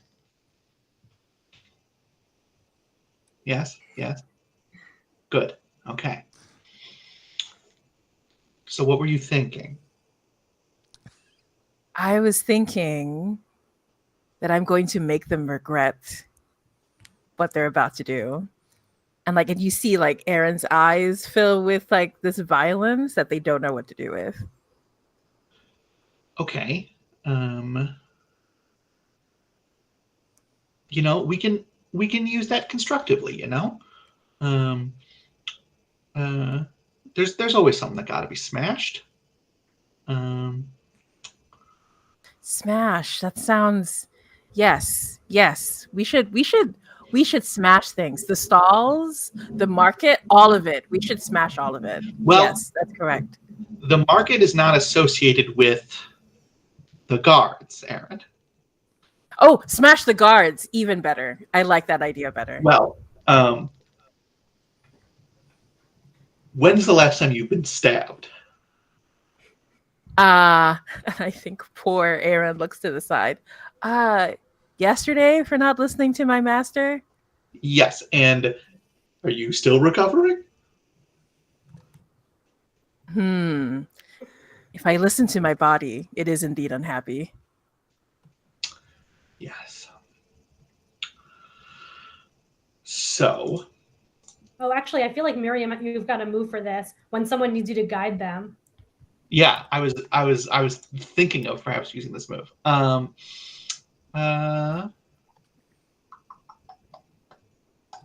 So God gives you a strange and beautiful vision of the future.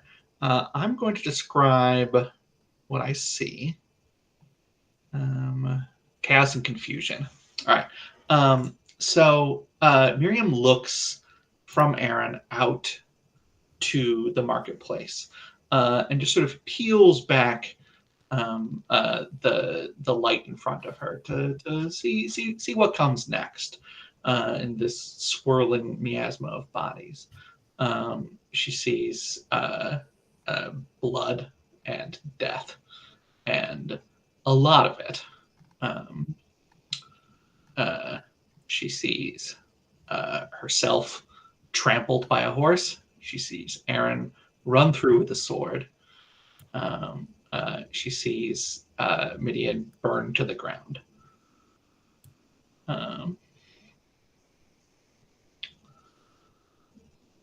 And she turns around and looks at Aaron. Okay. I think that was a bad idea. I think I had a bad idea.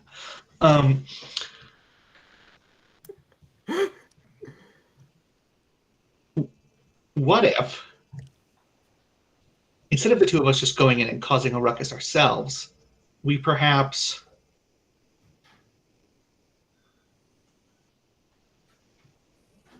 looked to the people who were here and tried to figure out what they were going to do and support them.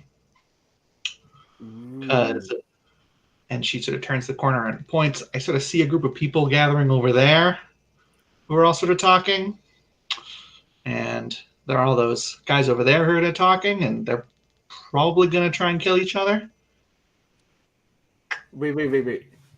I have a question, and Yeah. it's on the page, and this maybe informs like how this destruction will break out. Mhm. What like a held breath is absolutely peaceful in this moment, and how do we know it will not last? I think it is the like sounds of the market, right? Like there are a lot of people still there, and it's very quiet. Everyone's speaking in very hushed tones. And Moses' like royal guards are all sort of clumped on and clumping even more on one side. And the Midianites are clumped even more on another side. And there's just this widening gap between them of just clearing and empty cobblestones. Yeah. So I think what you were suggesting is to help people who are trying to act, right? Yeah. So here's my thought.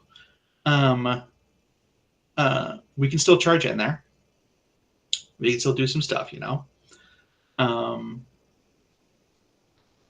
We can still make sure that Moses gets out of here and that all of these people pay. But I think maybe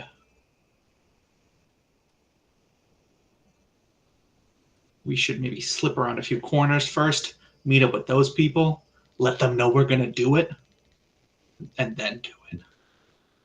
Yeah. In fact, I think this sort of applies when someone cannot speak for themselves because the Hebrew people are asked to not do so, They're not right? allowed. So I agree with you. I say yes. Yes, I think you're right. And then so I take you by the elbow and we like sneak around the corners. Mhm. And when someone cannot speak for themselves, speak to power. Choose one or create your own. I'm going to choose the third one, issue a challenge. And I turn to them and I say, the Pharaoh has decided to hold your tongues and to not hear your words. But I challenge you, siblings of faith, will you allow the Pharaoh to take away what God will not take from you?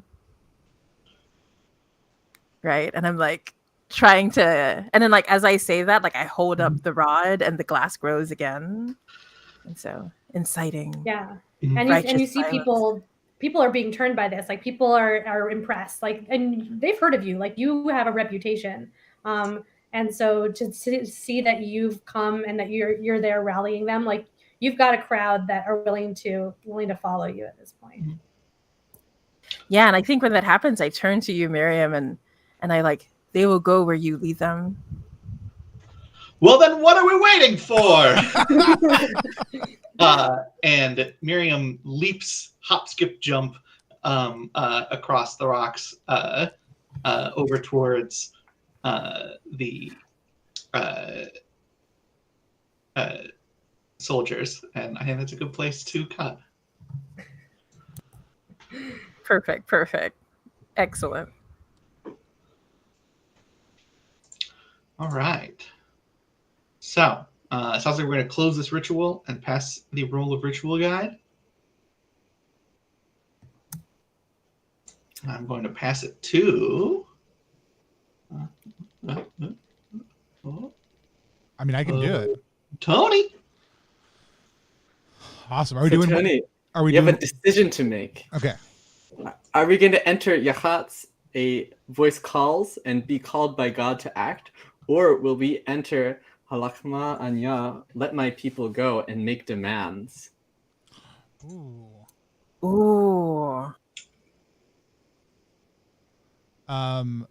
If anybody wants to call, wait, and has a preference here, let me know. Yeah. Wait. I'll say like a little bit about each of these scenes to see what people are in the mood for. Sure, Yeah. Call to Act is often a supernatural scene, or it's a scene of like some kind of something mysterious happens, and people, and it's like the burning bush moment. Interpret it however we want.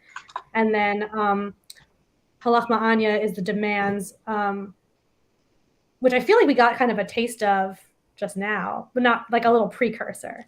But like Halachma Anya is the show of force kind of. So those are our two. Like, which one of those are people in the mood for? Ooh. I'm personally leaning towards Let My People Go because I love the drama, but that's me. I'm being. Ray is always here for the drama, but Aaron is also very dramatic. So just like putting it out there. I'm totally with you, Ray, and especially because we're on a stream, and like people may be here for the drama. Who knows? And it's also like we have this really kind of vicious command that has just been given, right? And Aaron has every reason to bring it to the lady at the top, right? So I will also just mention that there's a time jump. So like we get, but it could be as much as we want. It doesn't have to be that long. But if you want to like jump forward so that Moses and Zipporah have gotten married somehow after that, we can imagine like how things might have changed, right? Like in the world that we just established. Yeah.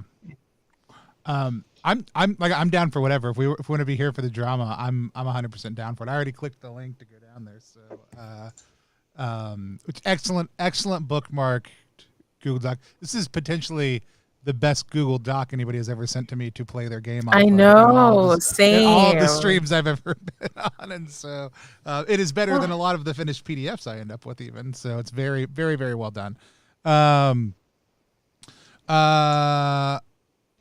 So is everybody comfortable with that? Sure. So we're gonna do the Halama Anya, the bread of affliction. Yeah, and we don't even have to go that far into why we're married, Zipporah. We can like reference it. Yeah, I mean, yeah, no, I could speak. Let's do the ritual. We'll see what comes up in play. A single stream can carve canyons. A candle can illuminate the darkest pit. If we were in person, we would pour and drink a second cup of wine.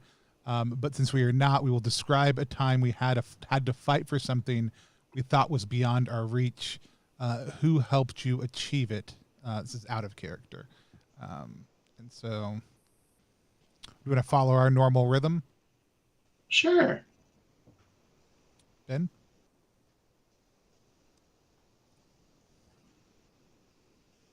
So the rhythm being character keeper order, or yeah. So no, Ben, Ray, Tony, Adira, me. Ben, Ray, Tony, Adira, you. Okay, thank you. So Ben, in this scene, the Hebrew describe a time you had to fight for something that you thought was beyond your reach. What was beyond my reach? Everything is within my reach. That's not true. I think that who helped you achieve it? This is a hard question. There's so many times. I think that one of the hardest times I had studying for I was a theater kid, right? Middle school through high school, right? In high school, I did 13 shows, right? It was just like at least 3 shows a year.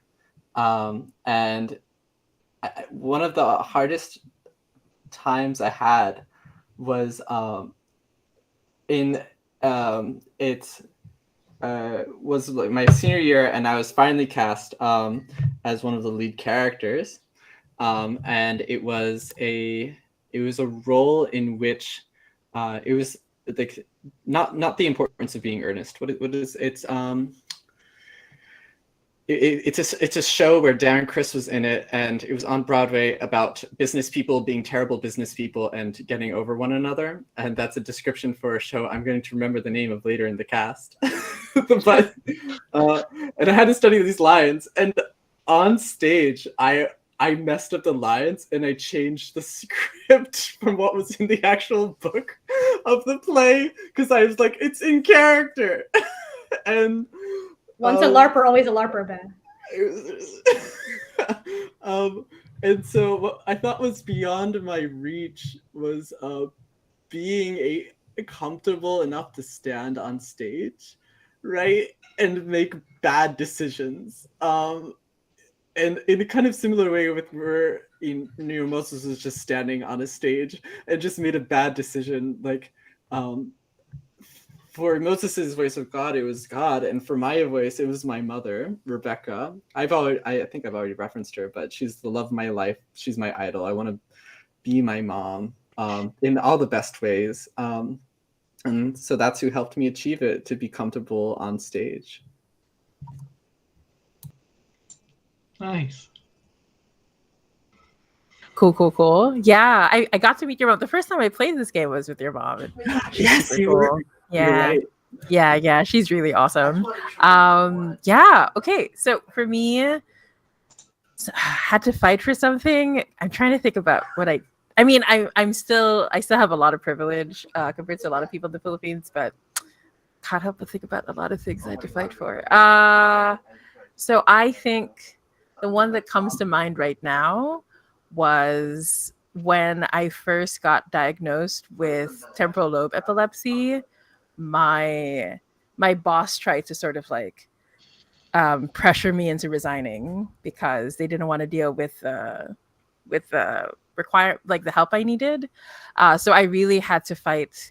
They were trying to take away what few health benefits I had and everything. So I really had to fight for that. And the thing is, it didn't even occur to me to fight at first. I thought, you know what, if they don't want me, I should just resign. It's not gonna, I don't want to force it. And so it was really my partner. It was my partner, Matthew, my husband, who was like, no, you should fight for this. Like, just because you're sick doesn't mean that you should get abandoned, right? That you don't deserve help. So yeah, but Matthew is always helping me fight for things. That's one of the best things he's good at. So I'm learning how to fight for more things for myself too. Nice. So this is a little bit more abstract, but it's easier for me to think about the person who has helped me fight for things that were beyond my reach, because it is for me the same thing. Always my spouse. Like my mom was amazing also too, but my spouse and I got married young, and I've started like 3 different companies and a number of like organizations and done a lot of stuff at a much younger age than a lot of people get a chance to. But and all those are like accomplishments, but like they kind of really pale in comparison to something I've been thinking about a lot lately. Especially talking to people who come from a very different lived experience than I do, who are entering into spaces around long-term relationships and other stuff like that, who are just in a very different place. And I realized that the biggest achievement my wife and I had was getting married young, but also giving each other enough space to shed really the false versions of ourselves that we were holding on to, and being not always prettily and not always well, but being gracious enough to always come back to each other, like loving that person, holding that person, each other close, and wanting that person to become the fullest version of themselves. And a lot of relationships don't create the kind of space you need for the other person to change and grow into fully being themselves. And it's something like even 20 years later, like we're still fucking doing. Actually, we get better and better at it all the time.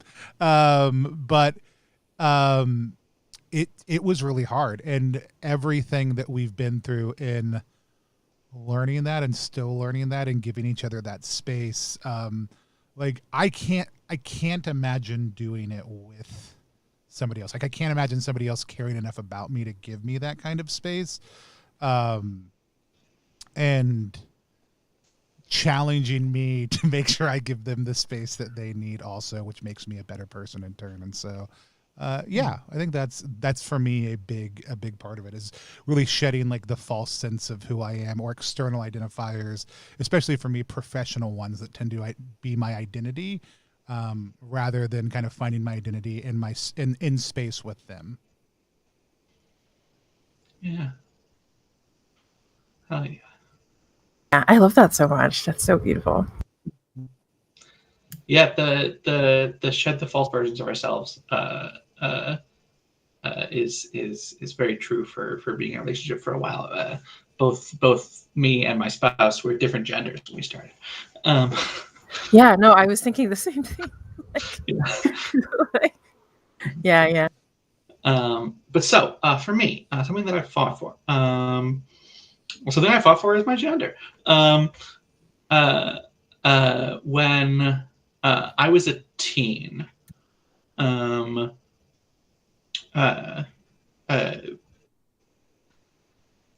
I figured out that I was trans, and didn't really have a space for that much, and was terrified of telling my parents. But a friend of mine, who actually met from Jewish summer camp, I went over to her basement a lot, and that was somewhere where I could like be myself and like dress as me and like get she/her pronouns and things. And it wasn't a thing that I would have been able to access on my own. Yeah, so it was very nice. I love that so much too. Yeah. Thank you, Adira. Thank you. Yeah, thank you. Yeah. Gabrielle? Yeah, I'm thinking there's a fight going on in my life right now. My department, well, actually bigger than my department. Most of the Museum of Natural History where I work is trying to unionize right now. They've been writing articles about it. And the museum administration often seems like a tyrant, sending out edicts from on high. I've been here for 5 years, working there for 5 years, and forever it's really felt like this is just how it is. Like, it is how it is. You just got to accept it. There's not really anything you can do about it. But during the course of the pandemic, people finally started feeling. I literally never made the connection to this game and this story until now. But it really does follow those kind of beats of like people feeling fed up. And making demands, and typically, like any good union story, like there's not one person, right, that has helped make this possible. But it's been incredible to start forging and reforging these connections across the institution, and like people who I had relationships with years ago, but kind of lost touch with, I've kind of got back in touch with, and reconnected with them about their lives, but also about this effort we're trying to do together. And we all voted. And we're gonna find out soon if we won the fight or not. So that's my story. Oh my gosh, wishing for the best. Yeah. There's power. Wonderful. Thank you, everyone. Yeah. In this scene, the Hebrew people make demands. We play to find out what we want and what we will do to get it. So this is again encouraging people to say wait if you have an idea. Also potentially ask the question, who is witnessing this meeting and how will you call upon God's power? Does anybody have an idea for this scene though?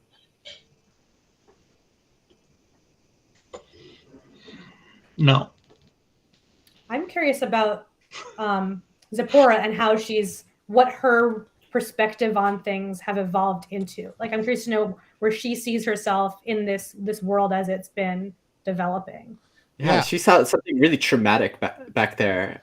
Well, I actually wonder if Zipporah even, like, I don't know that she saw, like, I think she was there for the brush off, but I think I think she hears about it afterwards. Like, it is a retold moment of, in which there is like a guard slays a boy, you slay the guard, which sounds, I think there's a little bit of more nobility in the retelling than may have been in the moment. Does that make sense? Are you comfortable with that?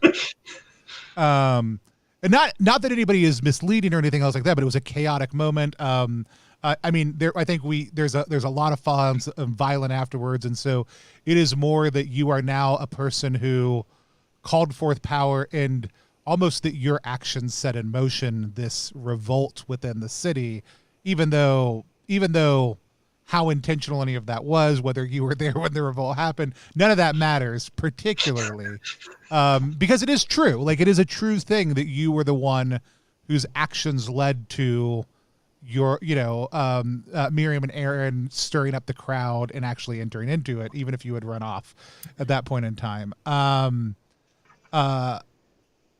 I think for me, the question is, and, I know this is not the scene that we're playing out, so we can go through it quickly. I think I find you, but what kind of danger did I find you in, and how did I help you?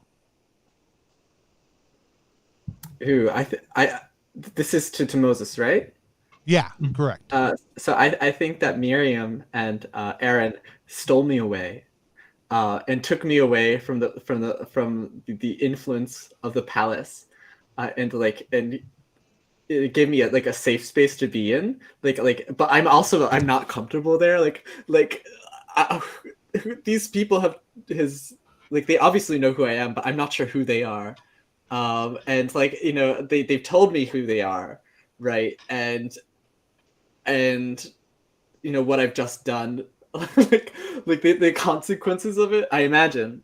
Don't let me. You can always wait here, but and somehow either you rescue me from my own siblings, or they help bring you, you're part of their conspiracy or something. I mean, this is just my spitballs. Okay. I mean, there's a question here. It's like, who is witnessing this meeting? How will you call upon God's power? So there's Well, wait, Ben. I think that Tony is talking about something that happens even before. Yeah, I just want to establish. We're doing just a quick overview of our post meet cute where you slaughter somebody and I blow you off. MEAT cute. Into how we actually, I love, but I do love the idea of and maybe it's this I think maybe there's a desire by your siblings to make you into this revolutionary person, and Zipporah's primary thing is I don't want that. I don't want you to talk about me. I don't care. I'm happy to let you be silent. I think Zipporah is when it says heard down the street, I think that my house is, I think that is a Zipporah thing. I am loud. I will let you know what is happening. I wonder if there's even a relief in kind of me giving you a sense of stability and just kind of telling you, not asking you what now or anything else like that. I'm no, now do this. Here's what's happening, right? And maybe there's a level of comfort and support just in that. I think this can also tie into why Zipporah thinks Miriam's a bad influence, because Miriam is probably pushing Moses to talk a bunch. Right. No, Moses, you got to get out there. Right. And I think a lot of it's it is meal breaks, right? It's Miriam will ask you a big question and I'm and here's dinner. Everybody tuck in. It is kind of constant interference between this push for that. But I do think at some point, even within that, I think it's not that you lose that. I think it's just that you learn to be you learn that you can hold your tongue maybe a little bit, and that you can't, because it gives you that space and that person who's I don't need you to talk. Like I need you, like I don't need you to do those things that everybody else wants you to do until you are ready. But I think now we're arriving at that time when potentially you are ready. Does that make sense? Go ahead. I think that's great. Wait. So I think that there's a place where I feel comfortable speaking, and I think that's only like the person whom I am comfortable am away from is not Zipporah, it's Miriam. Like like Miriam, I'm feeling these words almost like my own mother said, people are putting words in your mouth. Like there's another person who's my position has changed, and I'm like seeing what I have done, right? I have given this decree, and the influence is like I have changed the dynamic of Egypt, and now I have this sibling, right, Miriam, and Aaron. Like they're also putting words in my mouth. It's just different words, and so Zipporah, like I feel comfortable, speaking, even if I don't have to speak a bunch, right? To be with you, and I think that perhaps you are not adjacent to that movement, but yeah, that's what I'm thinking about. Oh, Okay. nice. That's great. I love that. So I think that's that kind of all those relationships all mature during this kind of downtime. So as the scene begins, like I do, like this is a scene of demands, which to me feels very strongly to be like at least oriented potentially between Moses and Pharaoh, but it also, based on what you just described, could be between Moses and Miriam.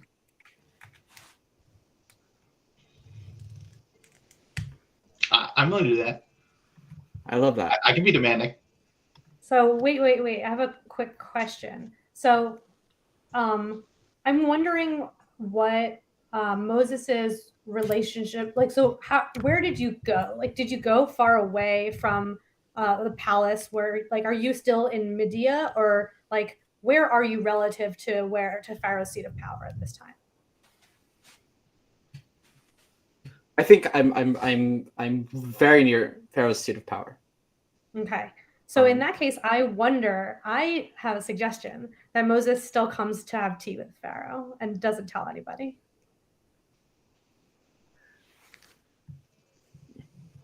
I think that's a great suggestion. I love that. Wow. Scandal. So yeah, I think I love the idea that it's a conflict between Moses, and I love flipping this. Like, I love the idea that it's a conflict between Moses and Miriam, and my suggestion is that Moses can come and consult Pharaoh. Interesting. All right.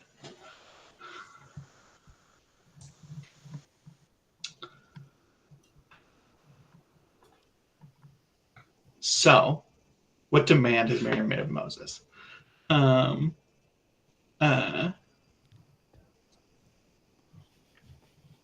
I think Miriam had asked you a question. What's the question, Miriam? So Moses, you're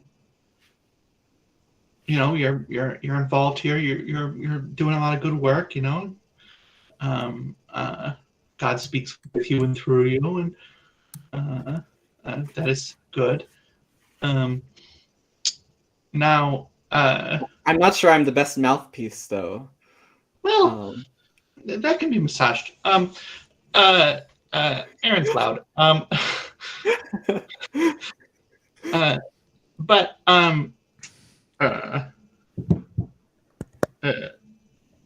here's the question.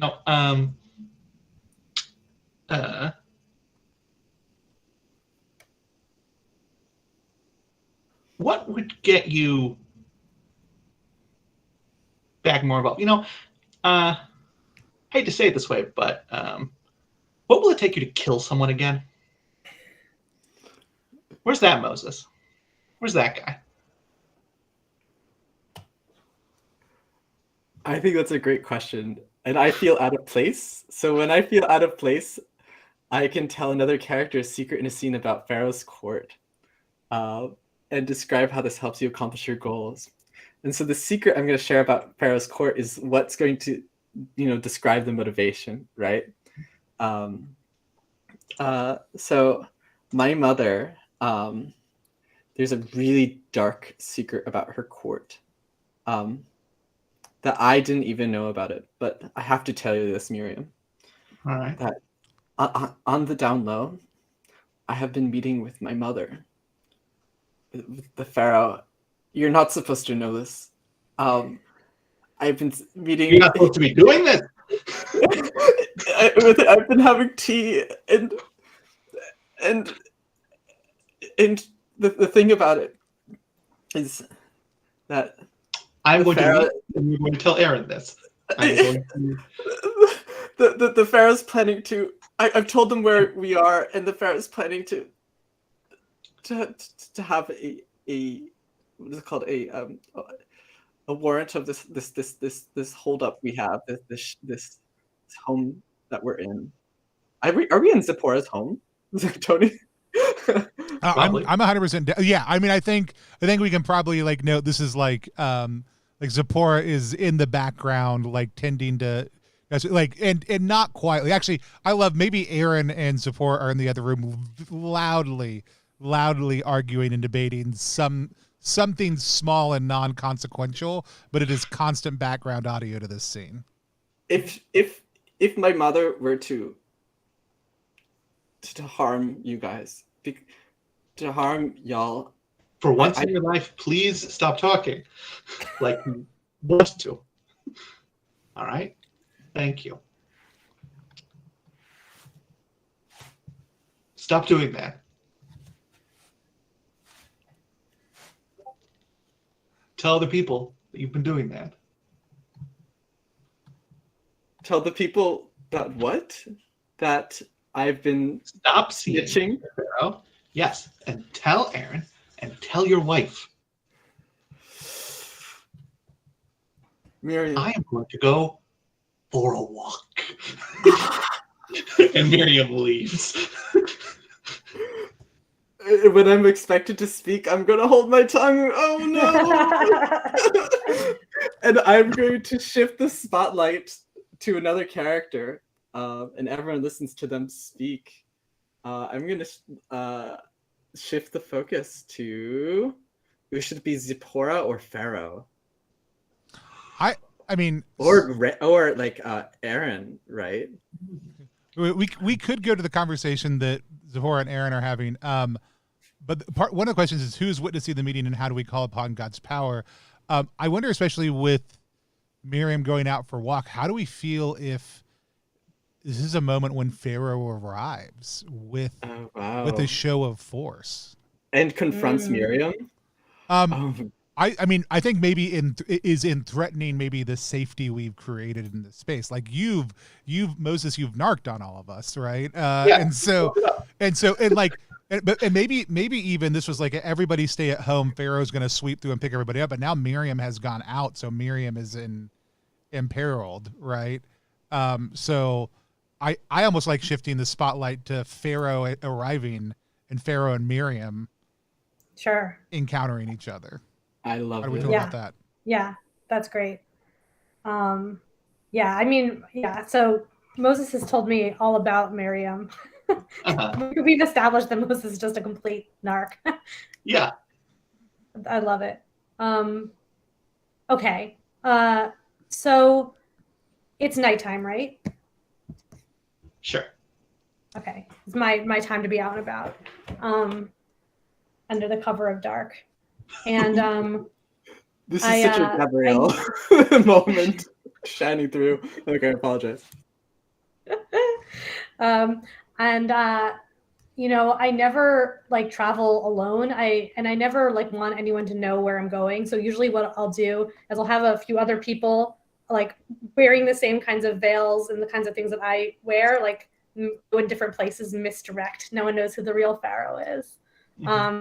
So that's like, you know, I think probably like you guys thought you knew where I was, like because people were telling you like Pharaoh's over here doing this thing.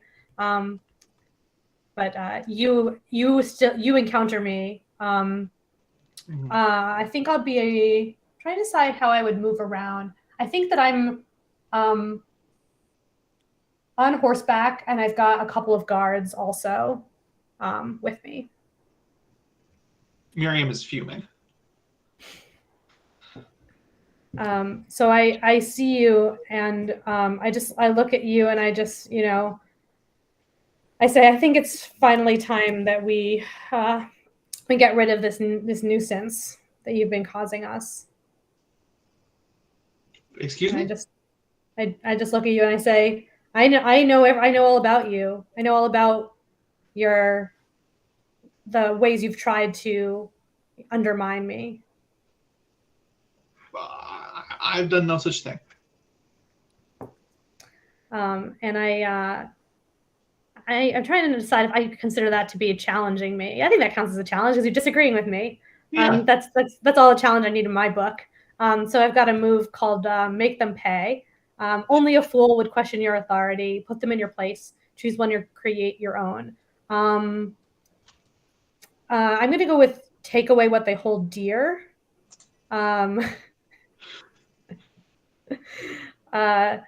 So my out of character, my question is, what does Miriam hold dear? I mean, all the things that come to my mind are abstract concepts. Joy, Okay. Joy, laughter, light, community. Community. I'm going to go with that one. Right. So I think I just look at you and I say, you're well loved by your people. You, and I say, and that's all going to change. From henceforth, I'm going to start. The rumors will be countless. They will all turn against you. You'll be spat on at the market. No one will want to listen to you sing.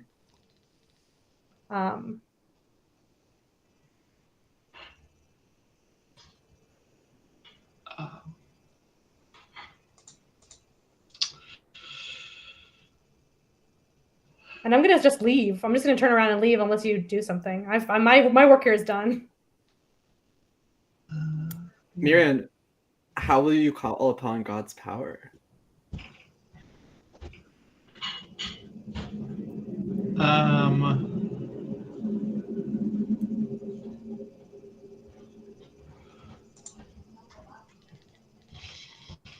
I think Miriam sits down, and her first thought is,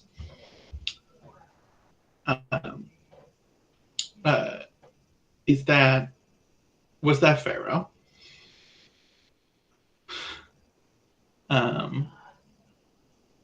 What is going on?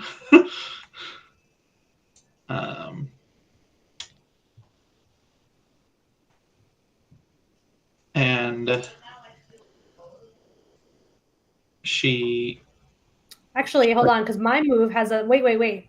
My move has something that I think will pair with this nicely. I have to answer, what do I lose in exchange? And I think what I lose in exchange is my secrecy. Right? I have revealed who I am to somebody. Okay. So that's what I lost in exchange for this show of force, and that gives Miriam something to work with. Yeah. So Miriam's sitting on the ground in the dust, thinking, and she starts just absentmindedly drumming against her legs and moving and humming, and she goes, okay, so someone's going to spread rumors about me, and that someone is Pharaoh. Why would my community listen to Pharaoh? The people know who I am. I'll just keep proving it to them. And I think she stands up and dusts herself off and nods to herself and goes, even if people know that they are not able to associate with me because of Pharaoh's wrath, I still know that they love me.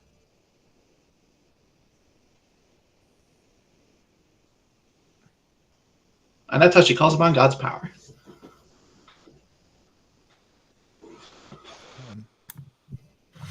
I love it. Have we made any demands? There was a demand made. Yeah. Mm-hmm. Ah, you're right. Miriam made a demand of Moses. Mm-hmm. You're right. And I think that's sufficient for the scene. Yeah. Yeah. The Moses that he kill. Well, will you kill? Yeah. Yeah. I close this ritual and I pass the role of ritual guide to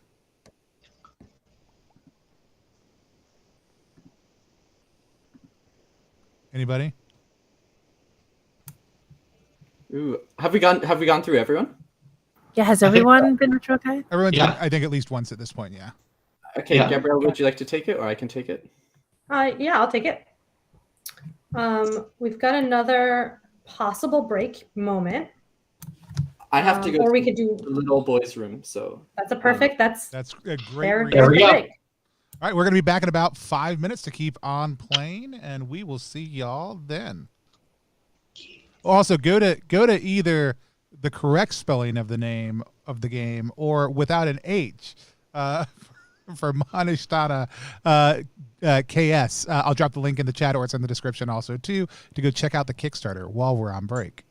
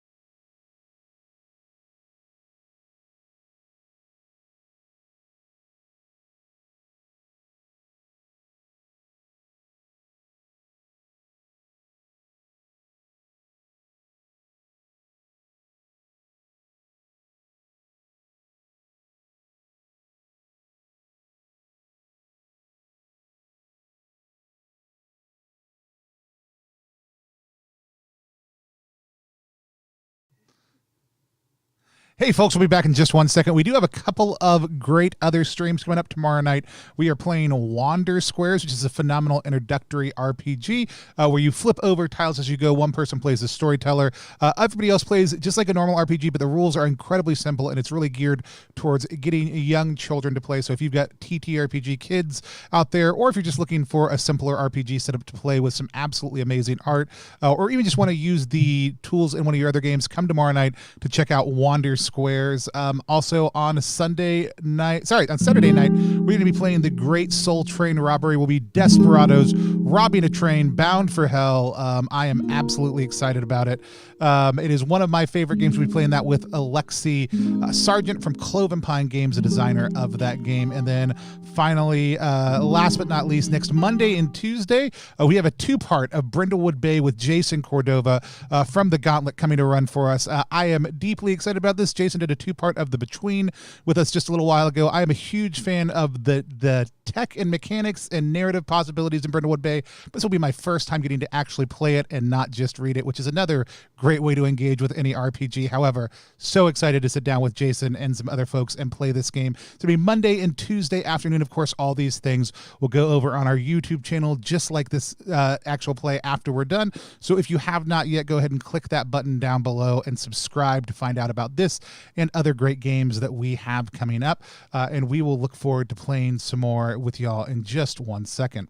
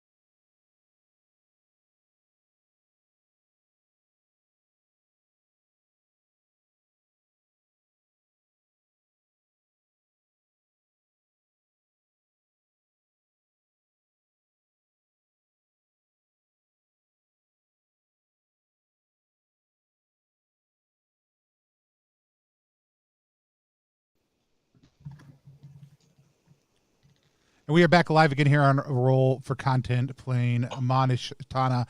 I am super excited to see what happens next. I'm loving it. So we had just switched over, Gabrielle, to you being the ritual guide. So go ahead and take us away.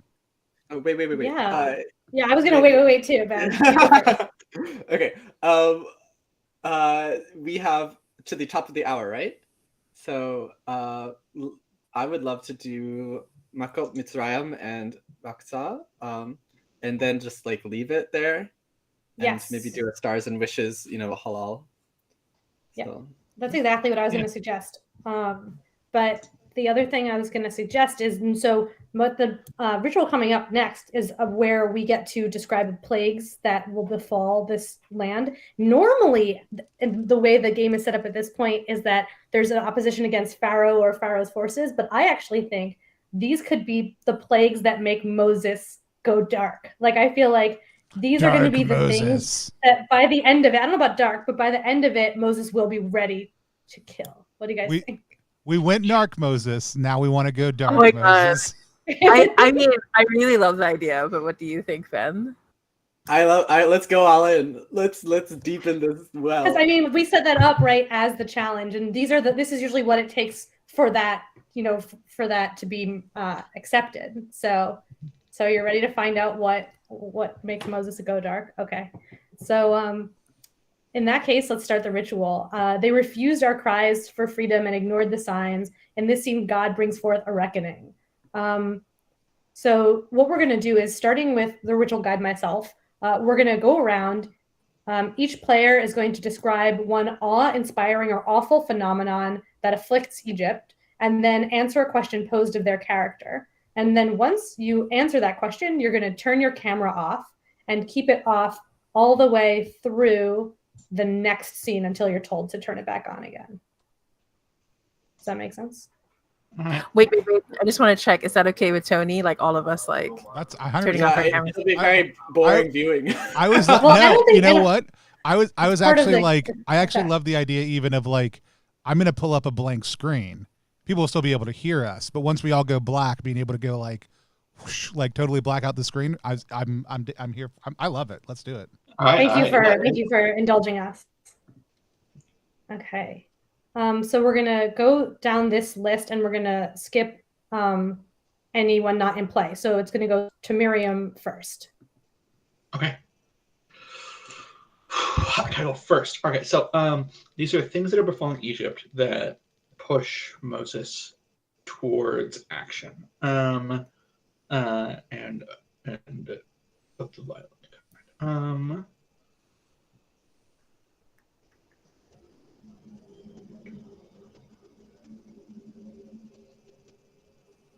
What's on our lines and veils?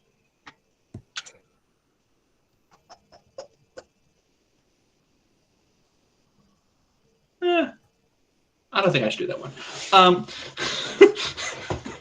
I'll come up with something else. Let me think. I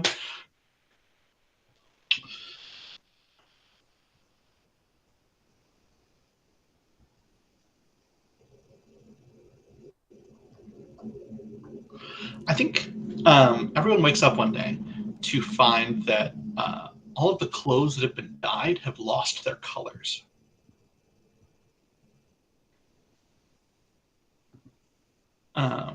And so the fancier folk of the land are wearing the same style and kind of clothes as even the lower people. And then why are you blamed for this?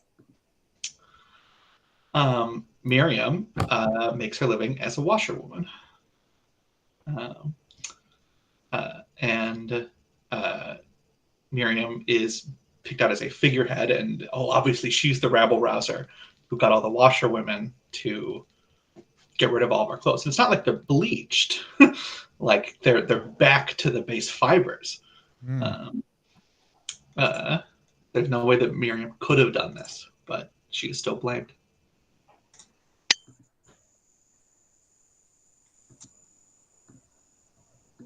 Moses. Gosh. I'm feeling. I know I put a veil on extreme torture and violence before, but my first thought was like something happened to Zipporah, right?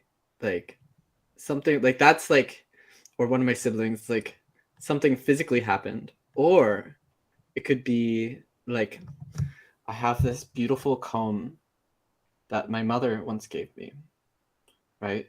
And just like I am a broken vase, this comb shatters in my hands, to me representing the shattering of my connection with my own mother.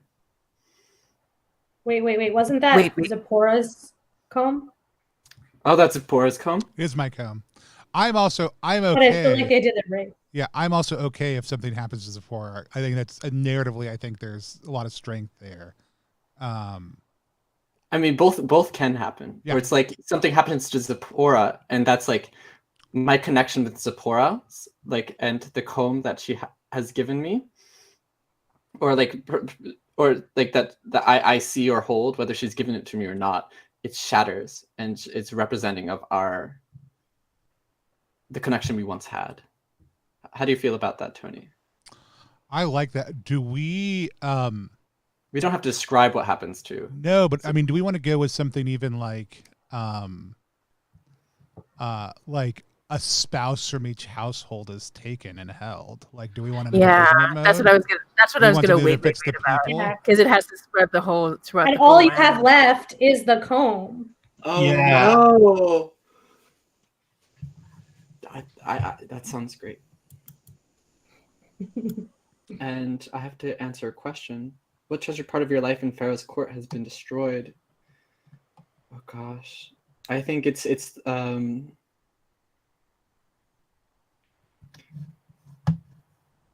think Wait, I have an idea. Yeah, you go. So what if all of the spouses who are held in the room right next to where all of Pharaoh takes tea? So if you were going to go take tea with Pharaoh, you'd have to walk past Pharaoh in a cage. Yes. We're gonna see you go dark, Moses. This is gonna do it. This is really gonna do it. Okay, thank you. And I'm gonna go.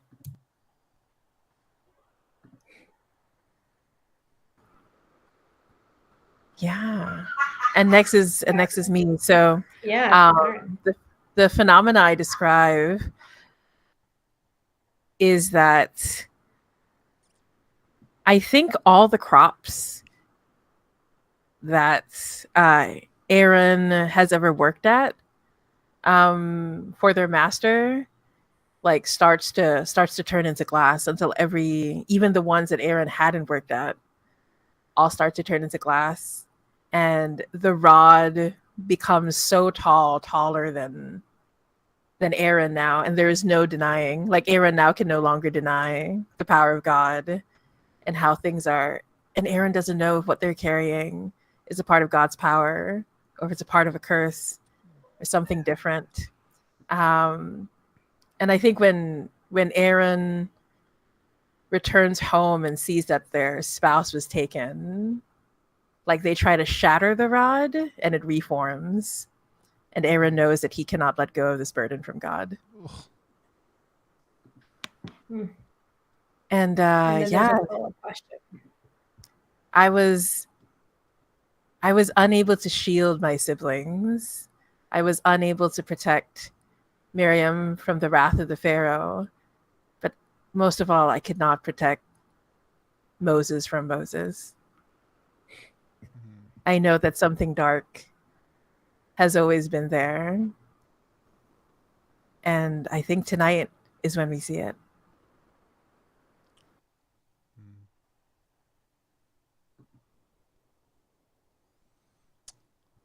I think the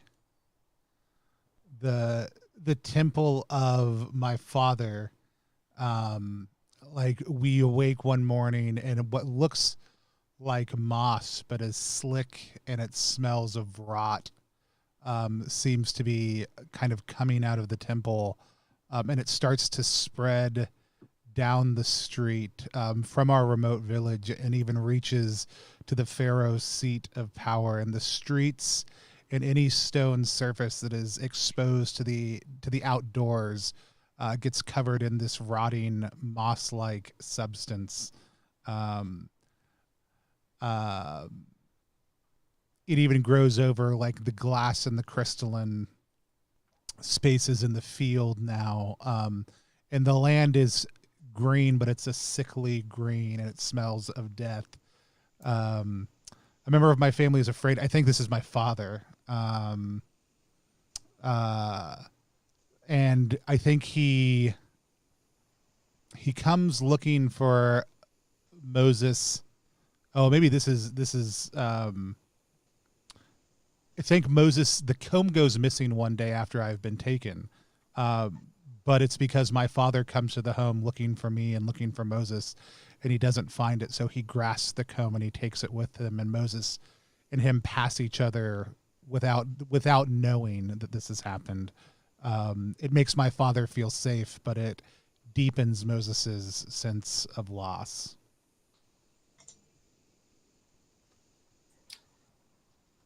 So I think that the phenomenon I'm going to describe is those who are not had not embraced, God's power and their role in God's plan start to see their greatest everyone they look at in the crowd starts to look like the people that they most are either afraid of or sort of regret, have regrets about, right? So everywhere Moses looks in the crowd, he just sees the face of either the person whether it's the person that he killed or whether he sees Pharaoh's face or his own face. I don't know. That's a question for Moses. But what I'll tell you is that Pharaoh, the question for myself is, you pray at a shrine to one of your gods or a royal ancestor. What do you hear that hardens your heart? And I think in my case, it's not a hearing. I also see my own face, but like without all of the veils, right? I see my own face laid bare, and I see that without all of my, smoke and mirrors, I am really just a sort of a pathetic person. And I'm essentially cowering, I think. Don't know how to turn it. There we go. And so we will remain in darkness through the next ritual with our videos off. I close this ritual and pass the role of ritual guide to Ray or Roxa. Oh, yeah, right. So, after all that you have seen, will your faith still hold? So, we'll keep our cameras off, except for me. I'll turn mine on right now, but we'll all keep ourselves muted. Oh, sorry. Wait. Actually, you keep yours off too. It's just Okay. that you're the only one who doesn't have to mute yourself. Oh, got it. I misunderstood. Okay. So now we describe the final act of terrifying might that God sends forth. An angel passes over our homes. So each player writes down an answer to one of the following questions. This is done in silence, but I'll ask the questions out loud so people will know what they are, but also people who are watching and listening can hear it too. So the Pharaoh, the question you have to answer is, what do you hold closest that God's angel takes? Aaron, I will answer, what old wound does the angel heal? Why will you miss it? Moses, you must answer, why does God's angel whisper to you? What does God's angel whisper to you that makes you weep? Zipporah, what must you do to prove that you are one of the Hebrew people? And Miriam, what sound breaks the silence? So once we're all done writing, we'll sit in silence for one more long moment. Then we'll read your answers out loud in order. So that's when you unmute yourselves, basically. But everyone take your time in writing down your answers, and then just type in chat once you're okay and ready to move forward.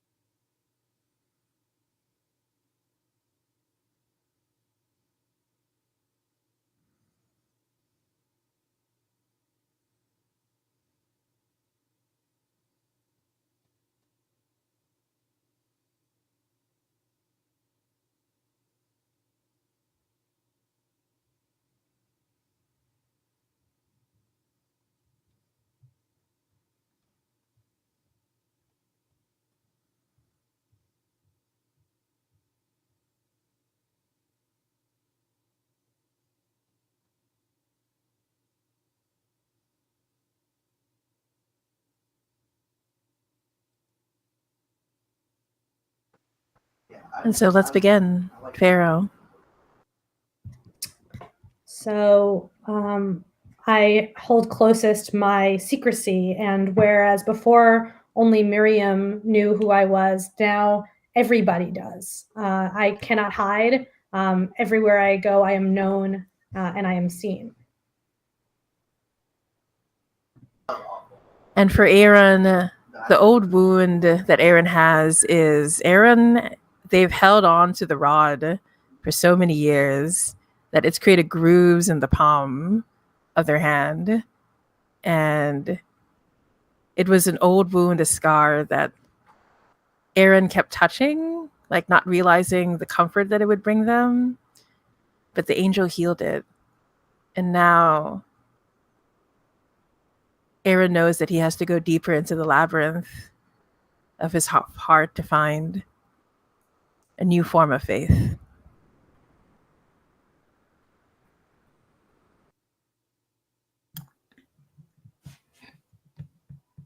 What God's angel whispers to me that makes me weep is like how reasonable and frank God was earlier. It's echoing now. They say, look at the choices you have around you. You know what must be done. Someone must die. And that is when Moses takes a life into his own. And that's when the broken vase that he is shatters completely. And he is no more.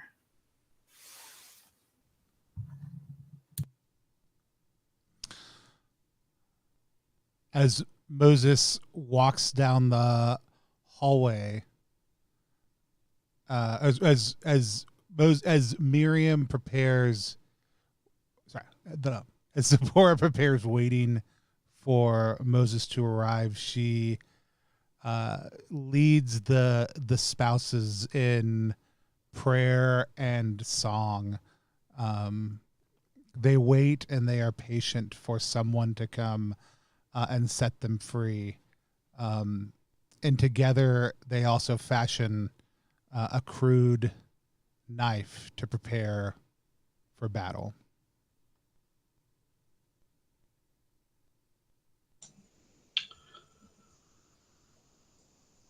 The singing of the wives dies down. Everything's quiet. Everything is silent.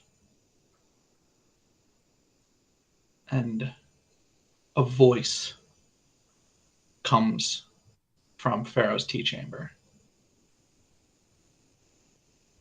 Her death rattle.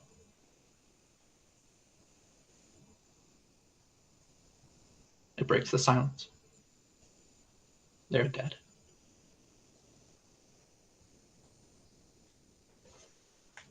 Let's all turn on our cameras now that we're all done answering the questions. So I close this ritual and pass the role of ritual guide to Ben. I think this is where we're going to end our playtime, right? On this amazing note from Adira, I want to add that's like such a killer way to end the game. I saw nobody had killed Pharaoh yet. I was like, please kill me. to kill Pharaoh. Like, I could kill Pharaoh. I'm so glad that you did, Miriam. You did what needed to be done. And so let's do our last ritual, which is called hello, and it's a toast. And it is on page 87. As we finish the game, we take a moment to appreciate each other's contributions, and we invite reflection.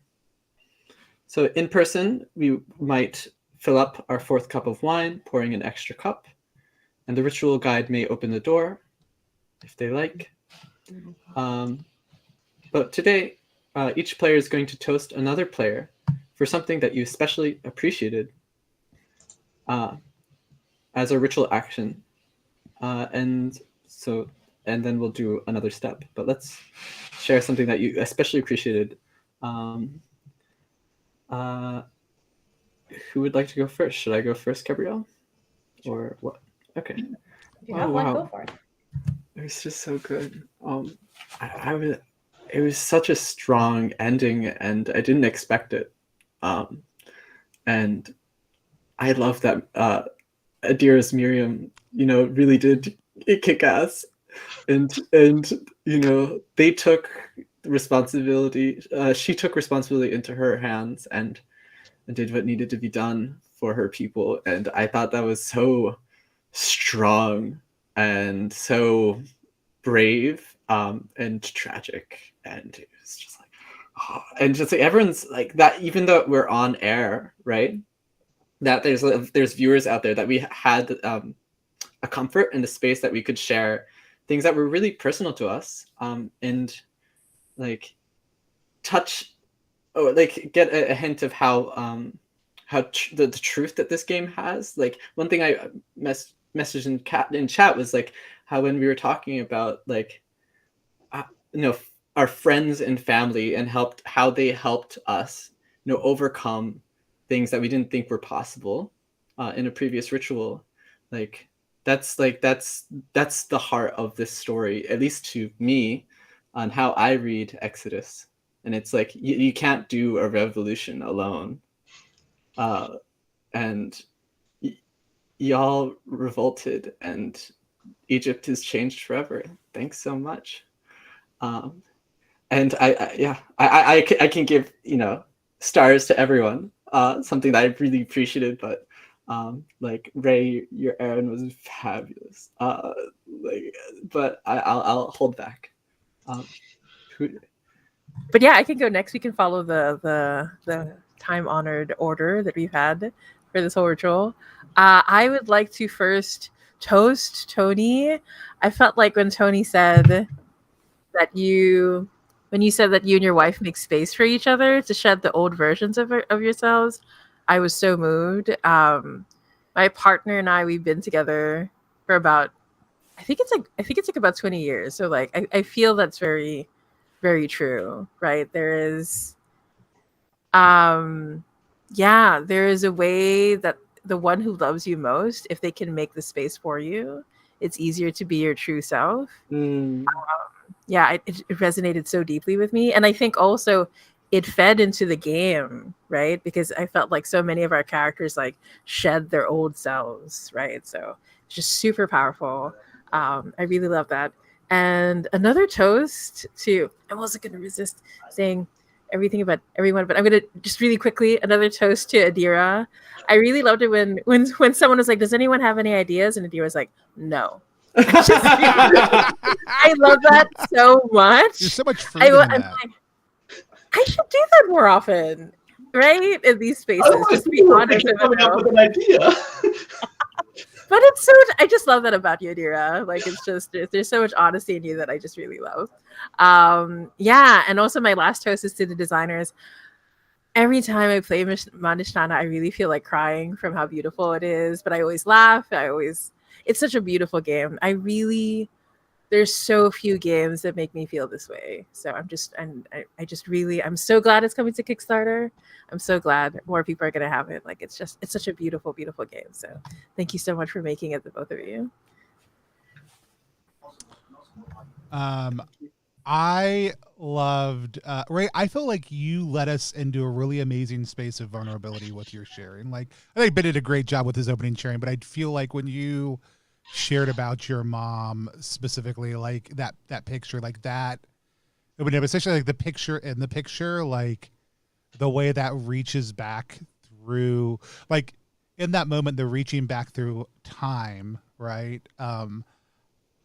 In a lot, like in so many ways, is what the telling of the like the Seder meal and the telling of the story is about, is the reach, and the fact that it was like, here's a picture of my mom, and then here's a picture of her marrying, like this place in the story where even they are reaching back further also too, like I feel like that took us where we needed to go for the rest of the story and opened us up, and it takes that kind of opening moment of vulnerability from anyone willing to demonstrate that. And it was a really beautiful thing. And then so toast to you.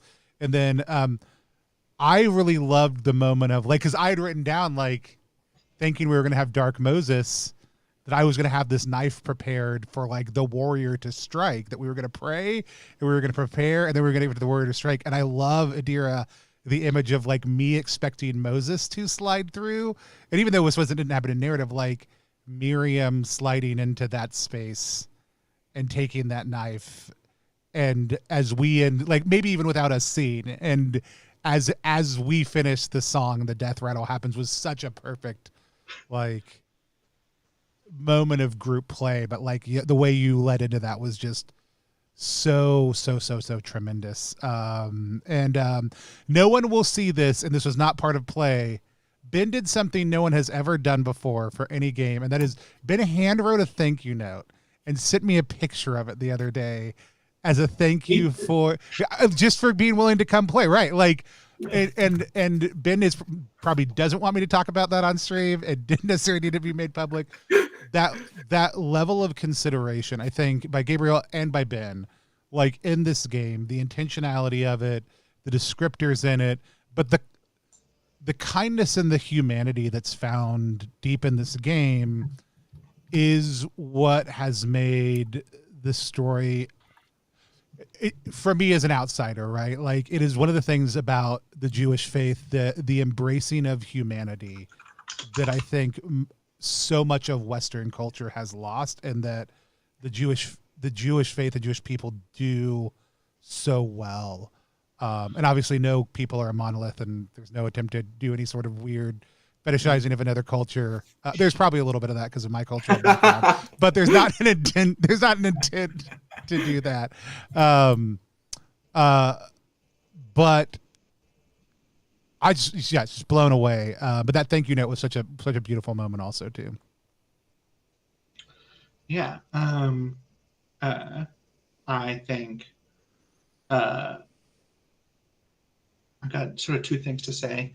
First is to Gabrielle and Ben. Kol hakavod, like this is fabulous. I hope your Kickstarter makes everything that you need and more. Yeah. Thank you so much, Adira. That's very kind of you to say. Yeah. Like I love this game. I'm definitely going to show it to my mom.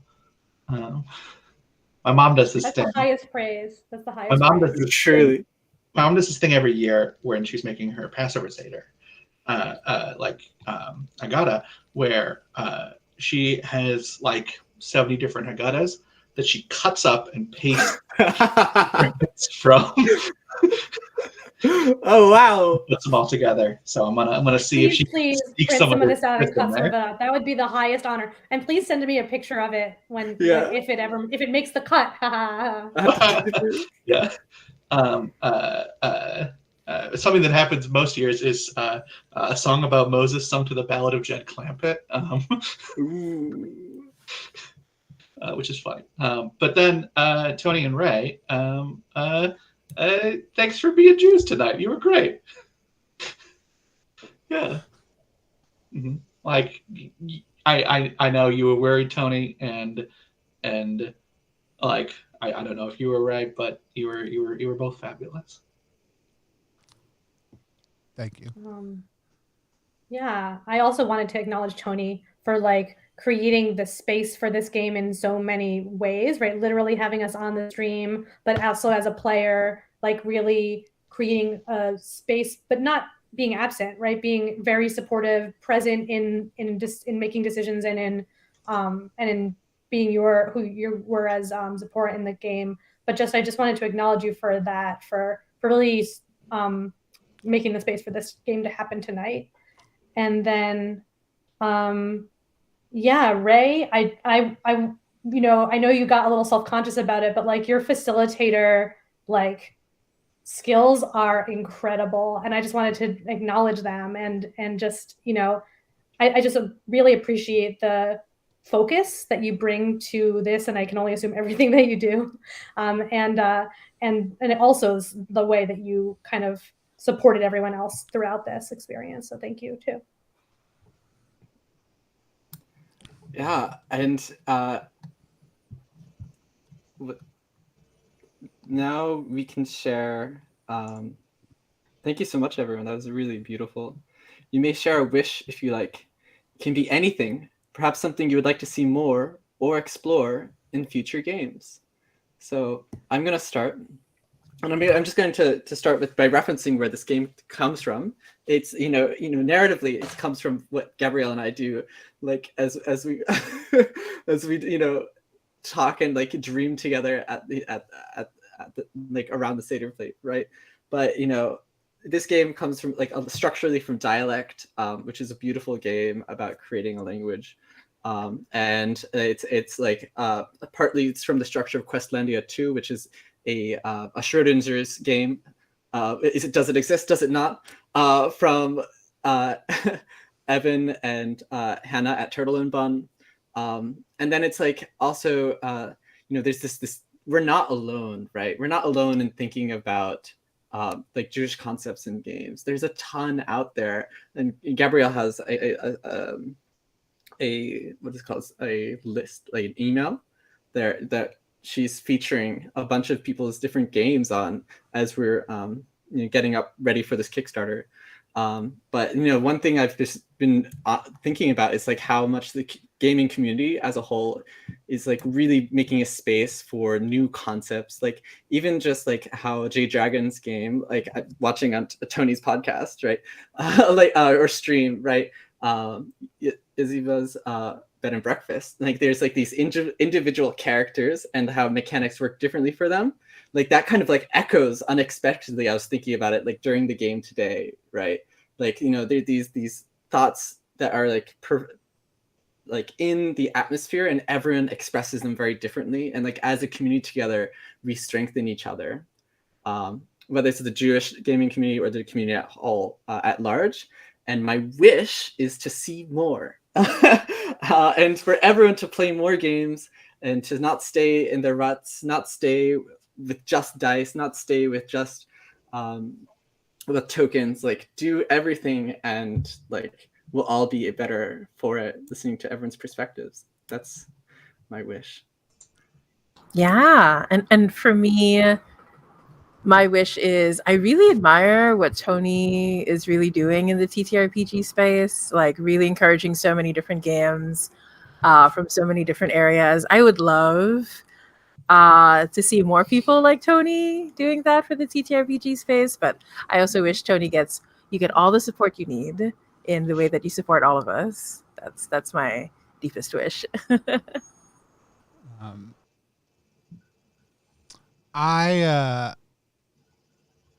I wish I have so many wishes.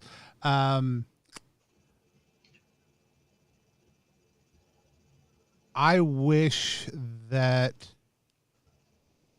more people, like I'm separating all my mechanical thoughts because we can get to those in a little bit. I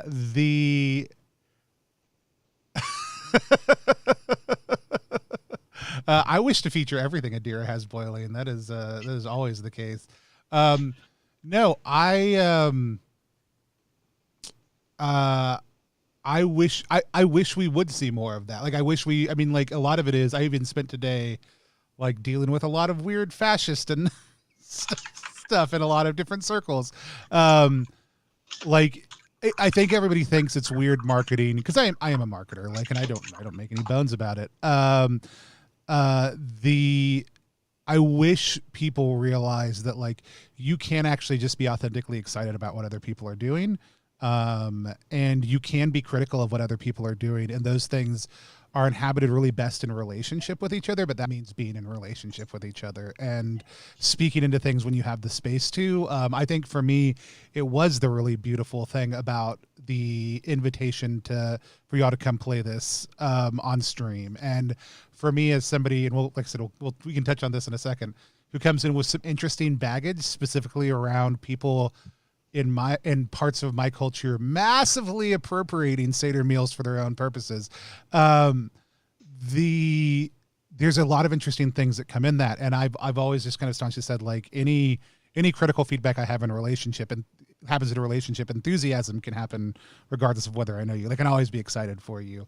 But having spent a day just watching people dump on a bunch of small things, it was really beautiful to just be in a space with a bunch of people where we could all gather around something and all be really excited and enthusiastic for each other and build on ideas. And I think that's the most beautiful thing that happens in play. So really, like, I wish we would sometimes just stop with a lot of the weird conversations we want to have with each other and just go play a game together, because I think that makes a lot of things better. My wish. I have a few different things. So I think I'm just going to sort of rapid fire. First off, I love casted games where there are like already like or partially created characters. I think they're fabulous for like exploring emotional depth, like this game right here, and like Reincarnations in a Black Grave. But I just want more of them. You don't have to be sad in them, people. It's okay. You can do anything. It's a mechanic. And then like I like how unapologetically itself this game is. I want more of that in games. Like I like all of these people here, and I would love to play with them all more. Yeah, I don't know. Those are some wishes. Those are great. Ben and I often do stars and wishes at the end of our meeting work sessions, like working on this game. And I often like have the same wish. It's almost become my like next year in Jerusalem like wish for us, which is like next year I'll go to Japan and play this, like celebrate this game with Ben in person. Like actually like that's my persistent wish. So I'll speak it into being in this moment too. What level of stretch goal is that? That's the real question. Yeah, I know. Question. If it far outstrips all of our. Well, part of it is it's like, first of all, the world Japan has to let me in, right? Yeah, I mean, yeah, I haven't even seen just my family in it's years. not even a money issue. It's almost 4 years, I think. I haven't seen my family. Wow, gosh. Yeah, so I guess my real wish is for that reunion to occur, whether it be in America or Japan. Yeah, if someone wants to buy me a plane ticket to New York for a month, like I'm not gonna say no. But thanks so much. That was a really beautiful wish that Gabrielle and everyone. I'd love to play with y'all too more, and I'm looking forward to the watching Vernoon Bay with Tony soon. I'm very excited about that game. And thank you so much for coming. And that was everyone, right? Yeah. Thank you so much for coming and adding your voice to the story of Passover. Yay! Yay! It feels weird and tonally off to do the normal intro bit that I do for reaction roll, but we're going to do our reaction roll, which is where we talk to the creators of a game that we just played about playing that game. I am very excited to sit down and talk with y'all a little bit more about this experience, just a little bit more freely. I had just a phenomenal time playing the game. I didn't have any doubt that I would. I've been very excited about this game for a while. But before I share some of my thoughts, I would love to just kind of open it up to the floor. Adir, this is your first time playing? Yes.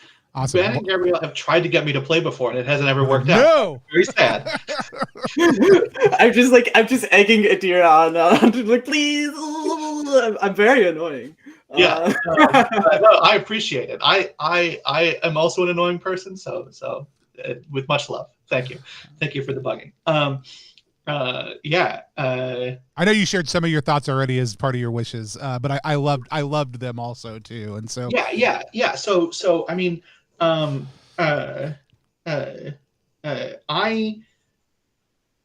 love the growing trend that we are seeing with that I would probably say started with like Firebrands, and then like kept going with stuff like Questlandia 2 and Yazibas and this game and stuff, more stuff with mini games.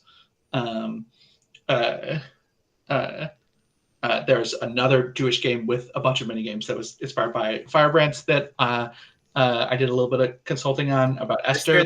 Yeah, I Esther. can't wait by for Max that. Faber. Yeah. It's fabulous. And like I love the possibilities of different things that you can do with mini games. And like it's so much cool stuff. And I also think that it like really meshes well with this like non-physical play where we're all at different places and things like that. Mini games really do that really well because it's easy to stop, to start, to keep going. I don't know if we were on camera when you were talking about breaks with me, Gabrielle. Oh yeah, I don't think we were. Yeah, but I was like, good job on the breaks. And you were like, thanks, it was hard.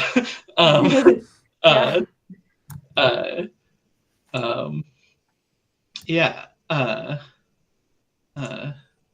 you have any questions you want to ask? Questions I want to ask.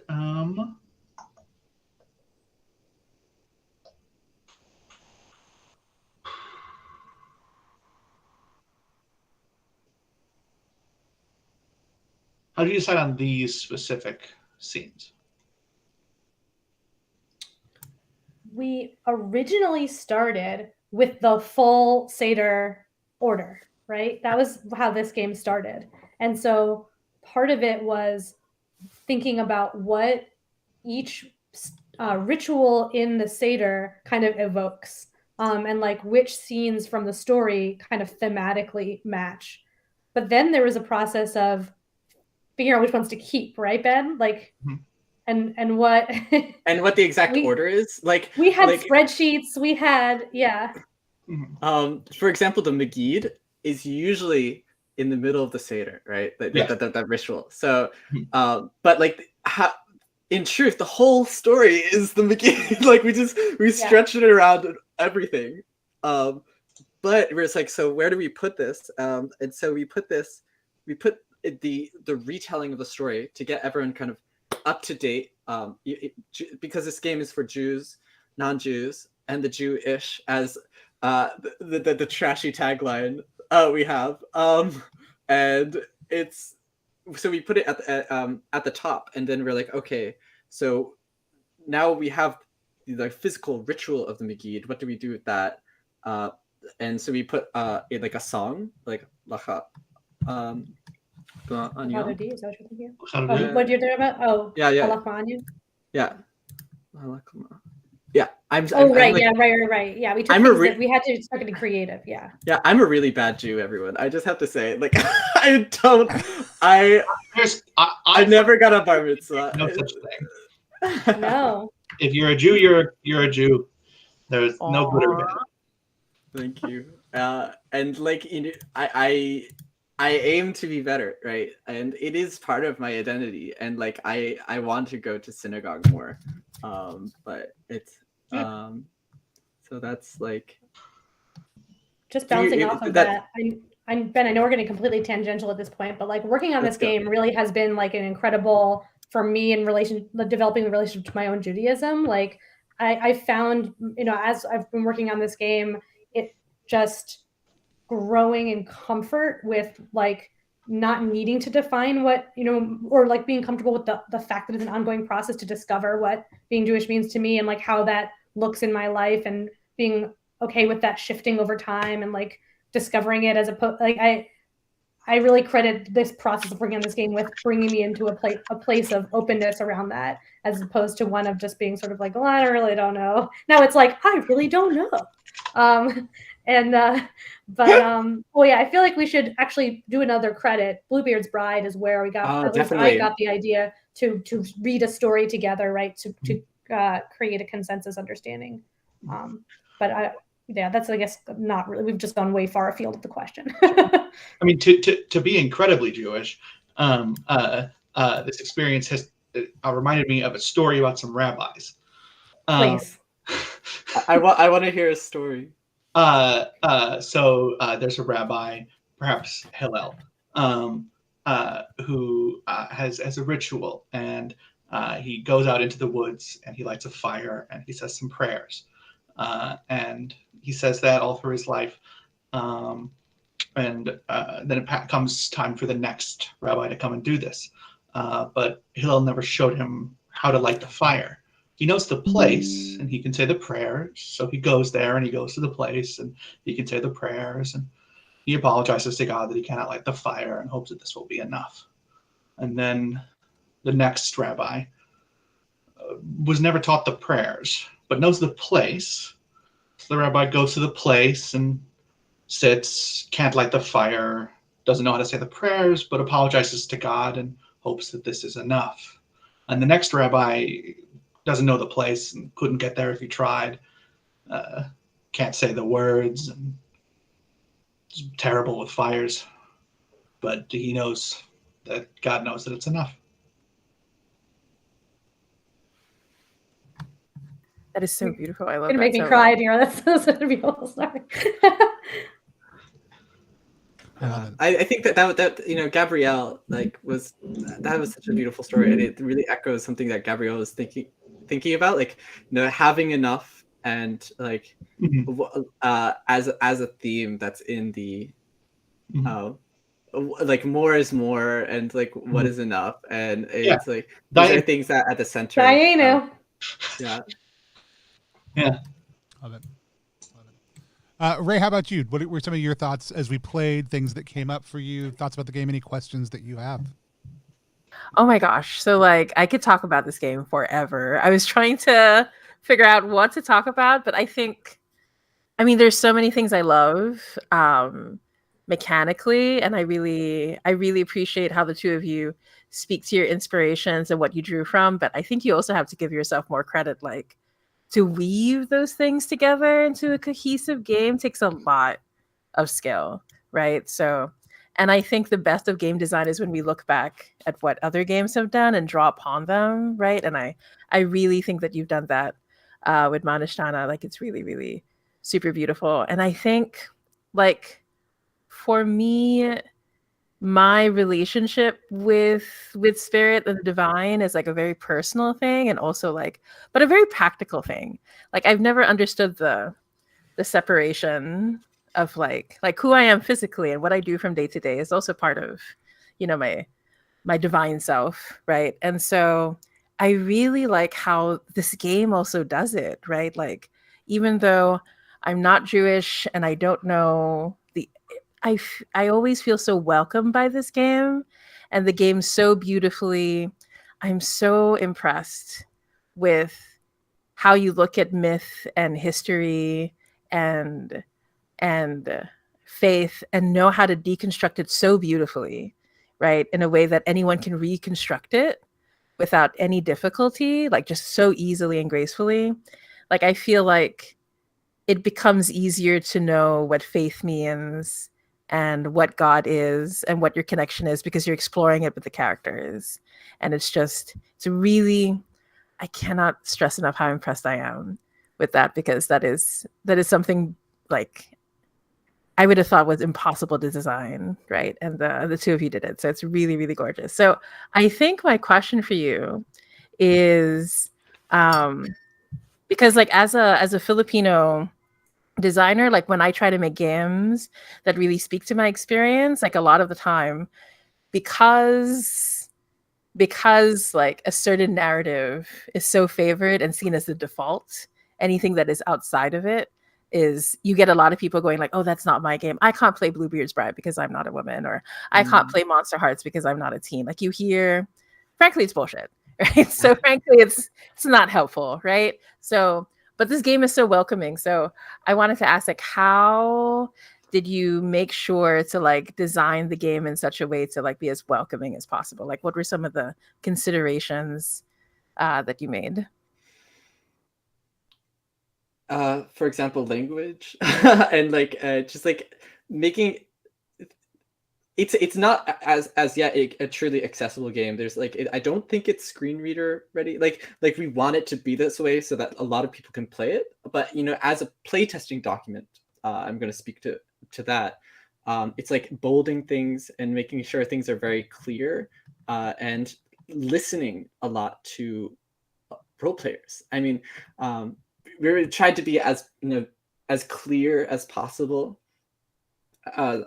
in the game, right? And when you're making a very culturally sensitive game, you want to be very clear so that people can know what are their boundaries, like what are they doing right, what are they doing wrong, and putting the vowels into Hebrew, like things like that. As Adir just said in the chat, but listening to the play testers, like we have a list of like 50 something play testers, like that. The play testers actually filled out the response document. Yeah, we didn't really do it. They did it. Like we just listened to them. Yeah. Yeah. So like, and if you haven't filled out that response document, we're still listening. So you can always respond. It's okay. But like, people will have like actually thinking deeply to people's questions is like a skill in role playing, but also like, I think it's a life skill. It's like, they asked this very specific question, but what question did they have behind that? Like, what was like the foundation of their uncertainty, and like really thinking deeply about that is, and paying attention to people is kind of how we made it. Yeah. I have another answer too, as you're talking, Ben, and listening. I think another way we got there is by continually making it welcoming to each other. It's like we're developing it together. And sometimes one of us will suggest something or put something into the game, and the other one will have some reaction to it. It will feel alienating to them, or it won't resonate. And by the fact that we have to always make sure that any ideas we have is welcoming to the other one of us, I think that also has helped it become welcoming to others. Yeah, I think we've been working together for 2 or 3 years on this game, which can get like tough when it's just a 2-person team and you're always like, and your family, right? So you don't have too many guards. But I think that, like, for example, the question about like, what did you have to overcome? What did you have to fight to overcome? We've been going back and forth on that wording all of these whole years. Because it's gotten pretty dark at times. And some players are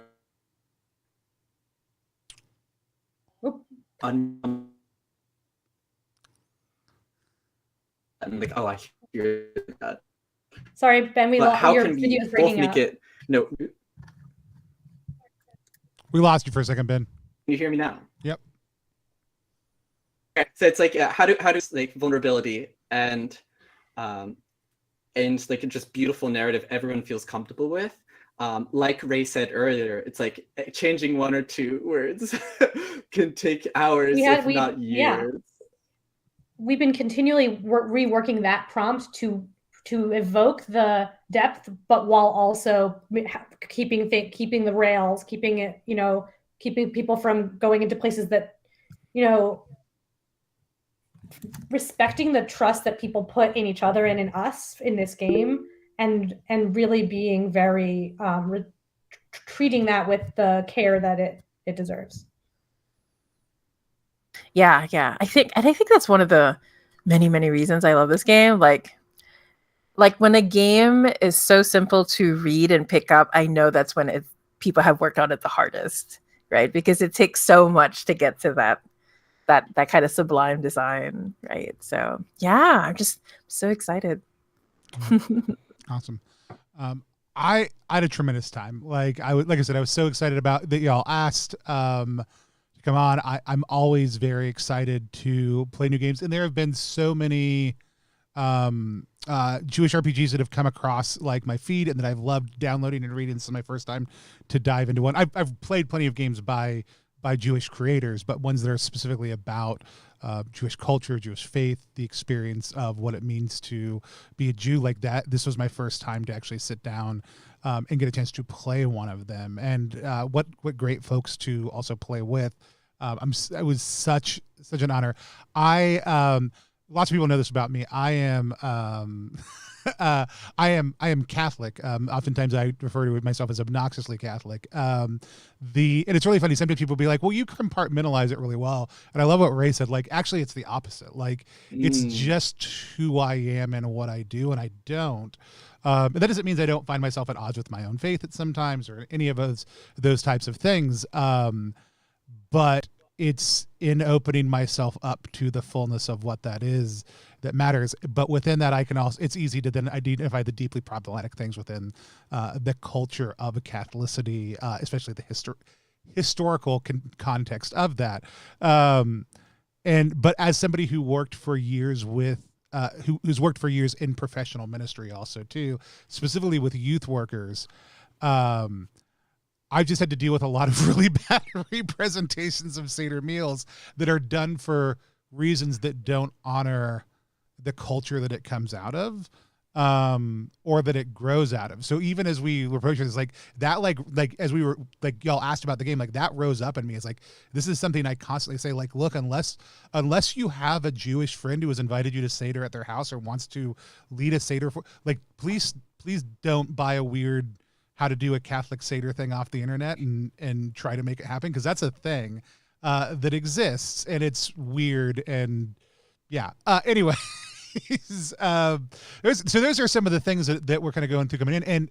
And as I read through it, like it was so delightful, but even just sitting down to play and reading through the descriptions and the raw humanity that comes out in the game just from the descriptions of like the options that you can pick for, you know, how do you describe yourself, or the places that the sounds of your house, like the way that you rooted those things in very tactile experience is huge. And I want to echo some of the stuff that Ray said. Like it's very evident this is a game that is welcome to anybody, while actually accurately informs people about pronunciation, about, you know, what things are said, what the tradition is, gets everybody on the same page for the story.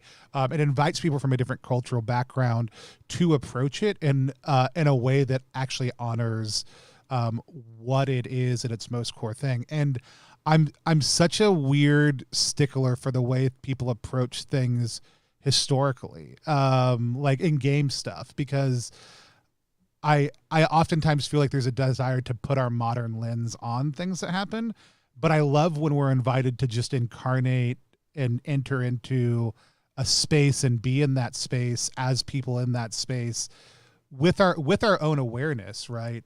And ask questions about what this could have and might have looked like had things happened in a different way, and if they looked different than they do, with some of the big questions around gender and sexuality, other things being asked. Also, I love being able to step into that space and just explore it and play. It's my favorite way to approach stuff. And this was such a tremendous experience of being able to do that into the space historically. And I can think of maybe 2 other projects that I've seen that come near doing that well. Only one of which is near production besides this one. It was such a singular experience for me to enter into. Other people could be like, I do that all the time, Tony. But I just think y'all have captured something incredibly beautiful here. It is funny, Father Ben, who I don't know if he's watching. I know he will watch this later. Hey, Father Ben. He and I were out for Father Ben. For burgers. He had us on his wonderful podcast. Yeah, that's right. Holy Happy Hour. That man. He and I went out for burgers on Fat Tuesday right before Lent, because we both live in Philly. And it was one of his questions was like, I just want to be making like some Christian games like this. And I was like, yeah. And it's really funny because he was like, I think he quoted Adira. It was like, well, you can't, because most games are just influenced broadly by Christian culture.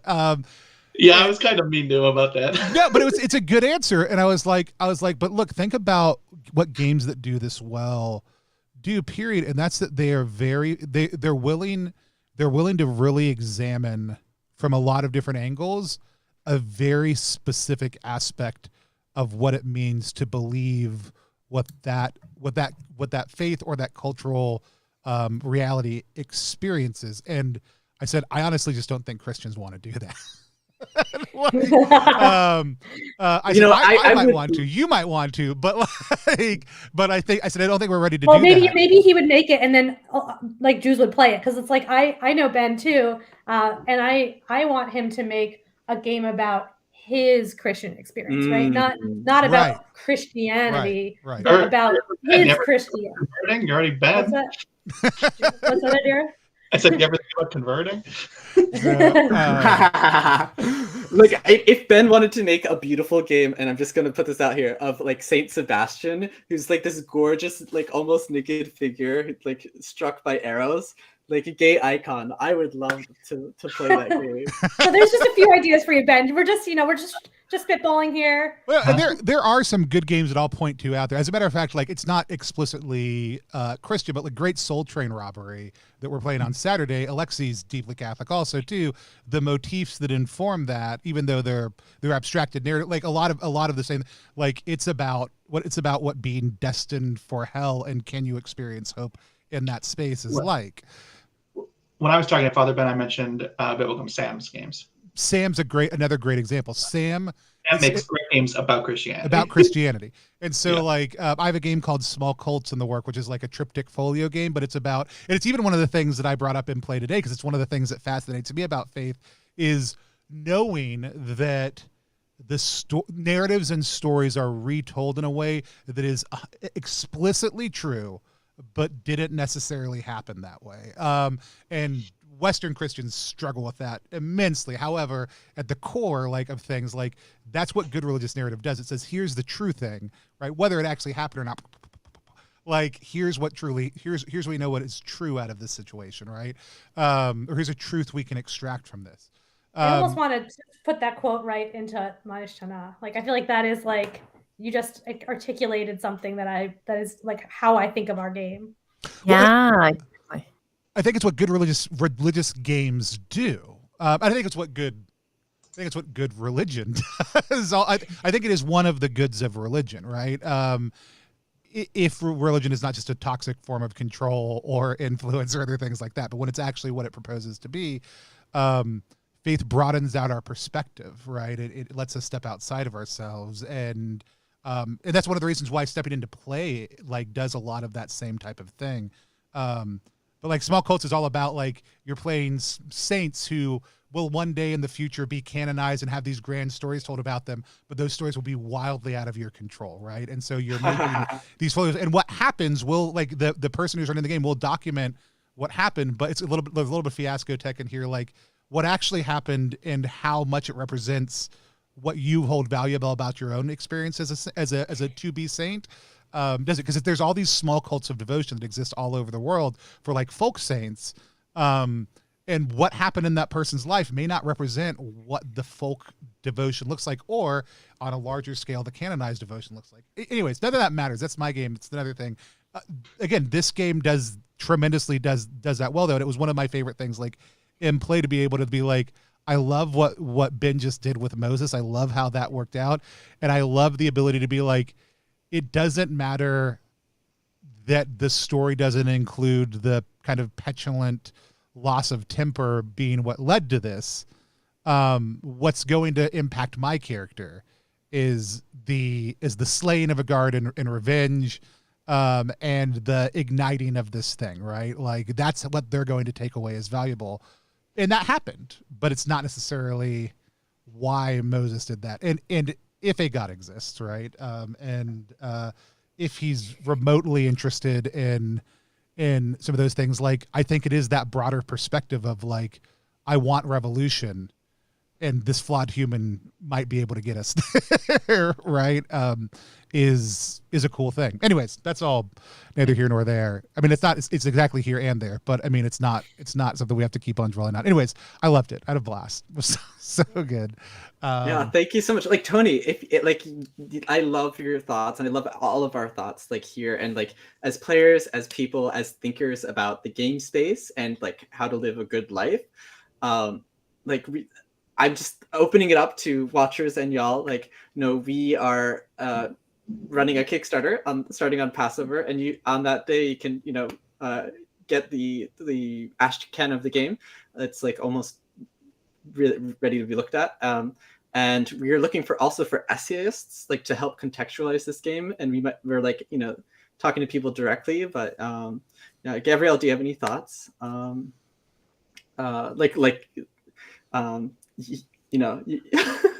that, or just in general? Anything. Yeah, I was I mean, going to I open it just up to the think I mean, community, so it's- anything you it's want. an unfair question. I understand. It's No, like, I'm just question. feeling very. I'm primarily just feeling very thankful right now. I'm just feeling very thankful to have had this opportunity to share this experience with you all, and to, you know, you can get so inside of a game, of like a project, that you can like lose sight of the whole thing. And it's moments like this that remind me like what we have created, and like what we all continue to create together by continuing to play this game and other games. And so yeah, I just feel very thankful for this opportunity. I do also. I love it. Thank y'all so much for coming on again. You can go to you can go to numerous URLs that will all be linked down below to find out this game. Some of them spelled correctly, some of them spelled incorrectly. The curse continues. But I would highly encourage people. There's a Passover joke here. Like this is a Kickstarter you shouldn't pass over, but that works at odds because it's a game about Passover, so that doesn't actually work. I'm going to keep on workshopping it. I promise by the day of Passover when it launches, I'll have a good one worked out, and I will tweet it with a link to this Kickstarter. Please go follow the campaign if you haven't. Share it with other people. This is a great way to introduce things. Do we want to eat our horrible foods? Do you want to eat your horrible food on stream? Oh yeah, let's eat our horrible foods to close it out. I got these and I was like, I'll probably end up using them in the stream. These are called illegal chips. This one says every taste a maggot. This is Kasumaraza maggot cheese, which is part of the processing is maggots eating the cheese. They're just flavored that way. They're not. There's a little bit of that. Natural maggot flavoring. Ben, you have pickled plums, Ben? What do you got? I have these. I thought they were pickled plums, but it's like plums that are made for like creating like a type of syrup, right? It's for fermenting, and it's like you're not supposed to eat the plums, but I'm gonna do it.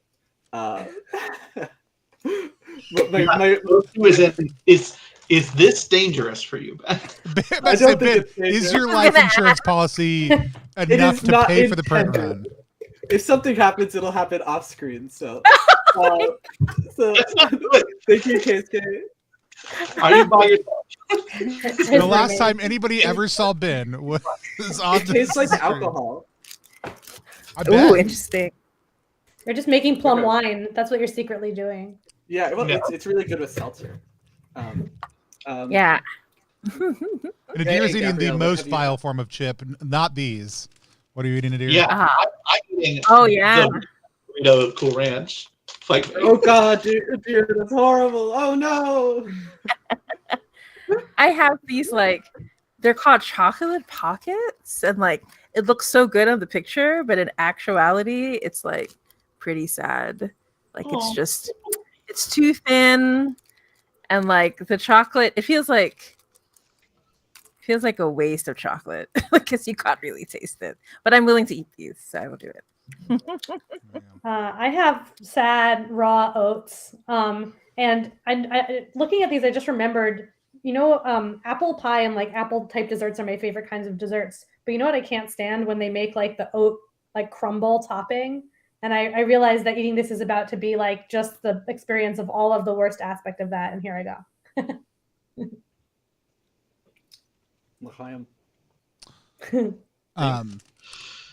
They just taste like cheese chips, but Why like are they with a little illegal? bit of vinegar, maybe, and like some kind of oniony aroma. That sounds very Filipino, yeah. It's not bad. We put vinegar in everything. Oh, I'm supposed to post to TikTok. I posted my first TikTok earlier today. I'm going to post my second TikTok that I'll record right after we're done here. Getting on TikTok. Oh my gosh. I am. I'm doing my world. after play reports, just my initial thoughts, short videos on TikTok. I'm sure I don't even know how to link. I don't even know to tell you where to go right now. Go to TikTok. Keep an eye out. what's your TikTok username? Do what? Do you have a username for TikTok? I'm sure. I think it's just Tony Vicinda right now. I need to go Tony +1 it or something. And so yeah. All right. This has been a blast. Everybody who's watching right now, we're going to keep on eating weird things. I don't have a good way that we end this, so we're just going to wave at the screen until I take us offline. Bye, everybody. Thanks for coming and playing with us. Title screen's going to look weird because I made it look weird while we were doing stuff. So that there would be something on the screen, not just blackness. Bye.